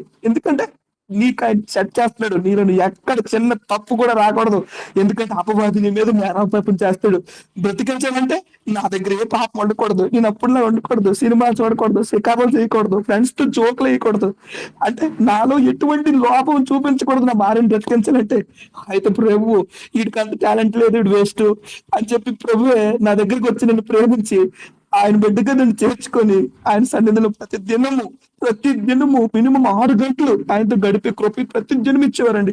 ప్రతి దినం ఆయనతో 6 గంటలు గడిపేవాడిని. ప్రతిరోజు కూడా గడిపి నాలో ఉన్న ప్రతి ఒక్క పాపాన్ని ప్రభుత్వం ఒప్పుకుంటూ, మన గ్రూప్ కోసం ప్రార్థన చేస్తూ, సంఘం కోసం ప్రార్థన చేస్తూ, ఈ రోజు మీరందరూ నాకు తోడై ఉన్నారు. ఎందుకంటే కేవలం కృప, దేవుని కృప. దేవుడు ఈ రోజు మీరందరూ ప్రార్థన చేయకపోతే, మీరందరూ నాకు తోడై ఉండకపోతే, దేవుని దగ్గర రోధించకపోతే ఈ రోజు మీ మధ్యకి వచ్చి సాక్ష్యం చెప్పేవాడిని కాదు. ఈ రోజు నేను ఎక్కడ ఉండేవాడినో, నా బిడ్డలు అక్కడ ఉండేవారు. ఏ విషయంలో మా కుటుంబం ఏమయ్యేదో ఏం తెలియదు. బట్ ఆయన మహాకృప చెప్పిన ఆయన సత్యాన్ని ప్రకటించడానికి ఆయన మన్నైపోతే మనం ఆయన మాటలు చెప్పలేం. కాబట్టి ఏ సమయంలో మనం ఏ విషయంలో కృంగిపోవడానికి లేదండి. మన దేవుడు గొప్పవాడు. నువ్వు అడుగు ప్రతిదినం అడుగు, నువ్వు దేవుడికి ఇస్తాడు, కంపల్సరీ ఇస్తాడు. నువ్వు బ్రతికించగలడు. నువ్వు లాస్ట్ క్షణంకి వెళ్ళిపో, అయినా కానీ ప్రభు నేను బ్రతికించగలడు, నీకు సహాయం చేస్తాడు, నీకు ప్రతి విషయంలో సహాయం చేస్తాడు. కాబట్టి మీరు జ్ఞాపకం తెచ్చుకోండి. ఇంకా తనకి ఈ నెల 14th మళ్ళీ తనకు ఆపరేషన్ ఏం లేదు, కానీ ఆ పైపు తీయడం ఉంది. దానికోసం మీ ప్రార్థనలో జ్ఞాపకం చేసుకోండి. ఏదో ఒక రోజు తను మళ్ళీ మీ ముందుకు తీసుకొస్తాం. తను మళ్ళీ ఆల్రెడీ గ్రూప్ లో కలుస్తుంది. ఆల్రెడీ మళ్ళీ మీ అందరి దగ్గర మళ్ళీ తన జీవితంలో తను ఫేస్ చేసిన విషయాలు తను మీతో పంచుకుంటది. తను చాలా ఇబ్బందులు ఫేస్ చేసింది. అంత ఇబ్బందులు, అనేకమైన ఇబ్బందులు, తనకి శ్రమలు అనిపించింది. ఆ దేవుడు ఆ 1,00,000 మందిలో ఒక్కరికి వచ్చే శ్రమ మాకు వచ్చింది. కాబట్టి మేము ఎంతగానో సంతోషిస్తున్నాం. బట్ ఈ రోజు దేవుడు నా భార్యని నా చేతికి అప్పగించినందుకు, ఆరిపోయిన ఒక దీపాన్ని మళ్ళీ దేవుడు వెలిగించి మీ మధ్య నిలబెట్టినందుకు ఎంతగానో సంతోషిస్తున్నాడు. దేవుడు చాలా సహాయం చేశాడు. మన జీవితంలో కూడా దేవుడు అందరికీ సహాయం చేస్తూనే ఉంటాడు. కాబట్టి తన విషయంలో ఇలాంటి ఫేస్ చేస్తానని నా లైఫ్ లో నేను ఎప్పుడు అనుకోలేదు. కానీ ప్రభు చాలా నమ్మదగిన వాడు. అంటే ఆయన శక్తి తెలియజేయాలంటే 1,00,000 మందిలో ఒకరికి రావాలి, 1,00,000 మందిలో ఒక్కరికి రావాలి. డెలివరీ అనేది ఎంత సమస్య అండి, చాలా చిన్న సమస్య. ఒకరు ఫస్ట్ రోజు వెళ్తే నెక్స్ట్ రోజు ఇంటికి వచ్చేస్తారు. ఇంటికి వచ్చేసి వాళ్ళ బిడ్డతో వాళ్ళు సక్రంగా ఉంటారు. అనేక అన్ని జనుల్లో అలా జరిగింది. మరి మాకేళ్ళకి ఎందుకు వచ్చింది అని ఆయన శక్తి తెలియజేయాలి. ఫస్ట్ బాబు యేసుక్రీస్తు వారి దగ్గరికి వస్తే డాక్టర్లు చేతులు ఎత్తేవచ్చు, కానీ నువ్వు దేవుడు బ్రతికించగలడు అని చెప్పాలి కదా. ఆయన శక్తిని చెప్పాలి కదా.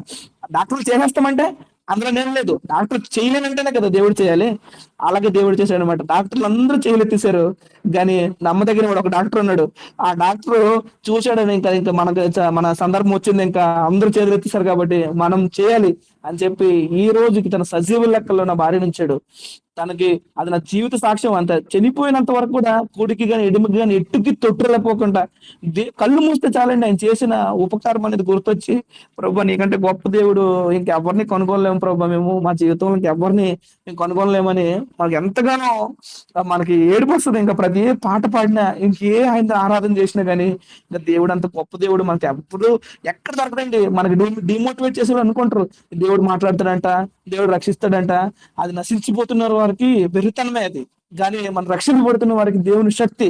కాబట్టి మనం ఎప్పుడు దేవుడు చేస్తాడంటే చేస్తాడు, మాట ఇచ్చాడా ఇస్తాడు, ప్రవచనం మాట్లాడాడా చేస్తాడు. ఆయన మాట నమ్మదగింది, ఆయన చేయగలడు. కాబట్టి మనం అందరము దేవుని సన్నిధిలో ప్రతి దినము మనకి ఏది కావాలో మనకి దేవుడు ఆలస్యం చేస్తున్నాడంటే దాని వెనక్కి ఏదో ఆయన ప్రణాళిక ఉంది. కాబట్టి వెయిట్ చేద్దాం.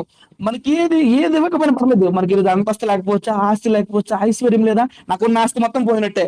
అలాగైతే నా దగ్గర ఏం లేదు. ఇద్దరు ఆడపిల్లకి ఎలా పెళ్లి చేస్తావు, నువ్వు ఏం చేస్తావు, ఇంక నీ అప్పులు తీర్చడానికే సరిపోతుంది నీ జీవితం అంతా అని అనుకుంటున్నారా? ఏం కాదు. దేవుడు అనేవాడు నమ్మదగిన వాడు కాబట్టి దేని విషయంలో చింతింపకూడని ఆయన వాగ్దానం చేశాడు. కాబట్టి ఆయన మాట నమ్మదగింది. కాబట్టి నాకు సహాయం చేస్తాడు. ఏదో ఒక రోజు మళ్ళీ మీకు నా ఆర్థిక ఇబ్బందులు అన్ని విషయాల్లో కూడా దేవుడు నన్ను బయటకు తీసుకొచ్చి, ఎంత కాలంలో దేవుడు నన్ను ఈ విషయాల నుంచి బయటకు తీసుకొచ్చాడు, మళ్ళీ నేను మీతో సాక్ష్యం పంచుకుంటాను. మా కుటుంబం గురించి మీ అనుదిన ప్రార్థనలు ప్రతి దినం జ్ఞాపకం చేసుకోండి. ఎందుకంటే మేము దేవుని కోసం ఎదగాలి. దేవుని కోసం ఈ మాటలు ప్రతి దగ్గర చెప్పాలి. మేము దేవుని మాట అనేది ప్రతి దినము ప్రకటించాలి.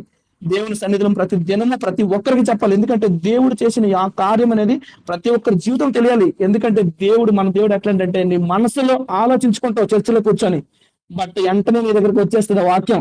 ఇదేంటి నా గురించి వస్తుంది వాక్యం అంటే, నువ్వు అక్కడ మనసులో ఆలోచించుకుంటున్నావు, ఆ విషయంలో బాధపడుతున్నావు. కాబట్టి కుమారుడా భయపడకు అని వాక్యం ద్వారానో, లేకపోతే ఆయన ప్రవచనం ద్వారానో, దర్శనం ద్వారానో, నీకు ప్రార్థన చేస్తున్నప్పుడు నేను భుజం పెట్టో ఆయన నిన్ను ఓదార్స్తాడు. అదేంటి నాకు ఇలా జరిగిందంటే, దేవుడిని హృదయం ఎరిగినాడు.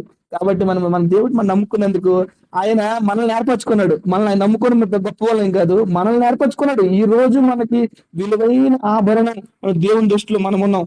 కాబట్టి మనకి ఫ్యూచర్ లో మనకు ఏమీ లేకపోవచ్చు, కానీ ఒక రోజు దేవుని దగ్గర ఉంటుంది చూసావా, అదే గొప్ప భాగ్యము. ఈ రోజు ఎంత చెప్పడానికి కూడా నా దేవుడు నాకు కోపించాడు. ఎందుకంటే నేను గొప్పవాడిని కాదు, కానీ నాకు అలాంటి అవిశ్వాసంలోకి వెళ్ళిపోయాడేమో. నా భార్య ఒకవేళ లేనప్పుడు ఇంత చేశాను, ఇంత చేశాను, బట్ నాకు అనేక విధాలుగా అపవాది నన్ను శోధిస్తూ ఉండేవాడు. ఏం చేశాడు నీ దేవుడు? 2 సంవత్సరాల నుంచి ఉన్నావు, ప్రతిరోజు బైబిల్ చదువుతావు, ప్రతిరోజు ప్రార్థన చేస్తావు, అందరి గురించి విజ్ఞాపన చేస్తావు, ప్రవచనాలు చెప్తావు, ఏం ఉపయోగం? నీ దేవుడు ఏం చేయగలిగాడా? చూడు, ఇప్పటికి హాస్పిటల్లో ఉన్నావు, ఎక్కడెక్కడ పడుకుంటున్నావు చూడు, ఎన్ని మెట్ల దగ్గర పడుకుంటున్నావు చూడు అనే అపవాది మనల్ని హెచ్చరిస్తూ ఉంటాడు, మనల్ని శోధిస్తూ ఉంటాడు. కానీ మన దేవుడు గొప్పవాడు. ఎందుకంటే మన దేవుడు మనకి విడిచిపెట్టినాడు కాదు. సమయం ఉన్నప్పుడు మనం ప్రార్థన చేయాలి, సమయం ఉన్నప్పుడు వాక్యం చదవాలి. మన సమయం రాకపోవచ్చు, మనం నెక్స్ట్ ఉండకపోవచ్చు, మళ్ళీ ప్రభువు మనం లెక్క చెప్పే స్థానానికి వెళ్ళిపోతాం. మేము పడిన బాధ అలాంటి బాధ కాదు. ఎక్కడ పడుకున్నాం మాకు తెలియదు, ఎలాంటి నేలలో పడుకున్నాం తెలియదు. మనకి మంచి ఫ్యాను, మంచి ఏసీ, మంచి బెడ్, మంచి ఫ్రిడ్జ్ ఉన్నప్పుడు మనం ఎంత సంతోషంగా హ్యాపీగా జాలీగా ఉందని మనం పడుకున్నప్పుడు ప్రార్థన గుర్తులేదు. కానీ మనం అలాంటి పొజిషన్ లో ఎక్కడెక్కడో పడుకుంటాం, ఎక్కడెక్కడ ఉంటాం, అలాంటప్పుడు దేవుని స్తుతిస్తూ ఉంటాం. కాబట్టి మనకి అన్ని ఉన్నప్పుడే, మనకు అన్ని సుఖాలు ఉన్నప్పుడే దేవుని అంట ప్రతి దినము మనం ప్రార్థించినట్టయితే నువ్వు ఆపత్కాలంలో ఎంత తప్పించబడతావు. ఈ రోజు నువ్వు ఎంజాయ్మెంట్ చేసి నీ ఇష్టం వచ్చినట్టు తిరుగుకొని నువ్వు అనుకోకుండా నీకు ఆపద నీ మీదకి వచ్చినప్పుడు నువ్వు ప్రార్థించినప్పుడు ఆయన వినమని చెప్పాడు. ఆపత్కాలంలో ఎందుకు మొరపెడతావు కానీ నేను ఉత్తరం ఇవ్వకుందును అని అంటాడు, నేను నవ్వుతానంటాడు. కాబట్టి ఆయన చెప్పిన ప్రతి ఒక్క మాటకి భయపడాలి. దేవుడు అంటే భయపడాలి మనం, అంతే. ఇంకా అయ్యో చేస్తే మన జీవితంలో ఇది వద్దురా బాబు, ఎందుకు ఎవరు బాధపడినా పర్లేదు, మనకేముంది, మన రిలేషన్ పోతుందే, దేవుని విషయంలో పోనీ పర్లేదు. కానీ మన దేవుడు వాక్యం చెప్పాడంటే దానికోసం మనం నిలబడాలి, దేవుని కోసం మనం బ్రతకాలి. దానికోసం ఆ విషయంలో మనం ఏ విషయంలో మనం ప్రాణం పోయినా కానీ దేవుడు మనకి సహాయం చేసే గొప్ప వ్యక్తి. ఎందుకంటే నీకంటే అంత మంచి స్నేహితుడు నీకు ఎక్కడ దొరకడు, అంత మంచి తండ్రి నీకు దొరకడు. మా అమ్మ నాన్న రాలేదండి, మా అమ్మ నాన్న నన్ను ఓదార్చడం రాలేదు, ఎవరు రాలేదు, అందరూ విడిచిపెట్టేశారు. అమ్మ అయ్యాడు, నాన్న అయ్యాడు, స్నేహితుడు అయ్యాడు, తమ్ముడు అయ్యాడు, రిలేషన్ అయ్యాడు, తన స్వాస్యాన్ని అంటే తన సంఘాన్ని నా చుట్టూ పెట్టాడు.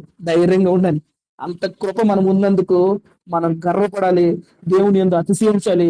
మనం దేవుని కోసం ప్రతి దినం ఏమి ఇచ్చిన రుణం తీర్చుకోలేం కాబట్టి ప్రతి దినము ఆయన ప్రార్థనలో ఆయన వాక్యం చదువుతూ, ప్రభు నీ కార్యములు గొప్పవి, నువ్వు చేసిన గొప్పవాడు ప్రభు, నువ్వు కలిగి ఉన్న భాగ్యం ప్రభు అని ప్రతి దినము నువ్వు స్తుతించాలని ఈ సాక్ష్యం ద్వారా మీరు అందరూ ప్రతి ఒక్కరూ ప్రతి ఒక్కరు మీరు బలపడుతున్నారు అనుకుంటున్నాను. ఎందుకంటే దేవుడు మన జీవితంలో చేసిన కార్యమైన, నా జీవితంలో చేసిన కార్యమైన చాలా గొప్పది. అది దేవుడు ఎన్నో ఇప్పటికీ మర్చిపోలేదు. కాబట్టి ఈ రోజు నా పిల్లలు, నా ఇద్దరు కుమార్తెలు కూడా ఉంది, నా ఇద్దరు కుమార్తెలు కూడా తన అమ్మనిచ్చాడు, నాకు భార్యనిచ్చాడు. మళ్ళీ మేము కుటుంబం కలిగి మేము ఒక దగ్గర ఉండడానికి మళ్ళీ దేవుడు సహాయం చేస్తున్నాడండి. మీ మీ అందరి ప్రార్థన దేవుడు విన్నాడు, నా ప్రార్థన విన్నాడు, సహాయం చేశాడు. ఈ గ్రూప్ లోకి వచ్చి ప్రతిదినం మేము ప్రార్థించడం, ప్రతిదినం వాక్యాలు చెప్పడం దేవుడు ఇచ్చిన గొప్ప కృప, గొప్ప భాగ్యము. ఎందుకంటే చాలా సార్లు అది సదస్సుని చెప్తుంటారు, నా గ్రూప్ లో ఇలాంటి సాక్ష్యాలు ఎన్నో దేవుడు మంచి మంచి సాక్ష్యాలు దేవుడు లేవనెత్తాడు అన్నాడు అని. అందు గురించి ఏమో నేను నాకు ప్రాబ్లం రాకముందు కానీ నుంచి గ్రూప్ లో ఉన్నాను నేను ఆల్రెడీ. దేవుడు సహాయం చేశాడండి. అందరికీ వందనాలు. మీరు ప్రతిదినం నాకు మీరు జ్ఞాపకం చేసుకోండి ప్రార్థనలో కూడా. మా మిసెస్ గురించి ఇంకో తనకి పైప్ తీయాల్సిన రోజు ఉంది, అది కూడా సక్రమంగా జరిగినట్టు ఎటువంటి ఇబ్బంది లేకుండా మళ్ళీ ఈ మధ్యలో సంఘాల్లో నిలబెట్టడానికి దేవుడు మాకు అవకాశం ఇచ్చేలాగా మేము ప్రార్థనలో జ్ఞాపకం చేసుకోండి. దేవుడు మా చేసిన గొప్ప కృపను బట్టి ఆ దేవాది దేవుడికి స్తోత్రములు చెల్లించుకుంటూ, కృతజ్ఞతలు చెల్లించుకుంటూ ఈ సాక్ష్యాన్ని అనేది దేవుడు దీవిస్తాడని ఆయన పాదాల చెంది సాక్ష్యాన్ని పెట్టి వేడుకుంటున్నాను. ఆమేన్.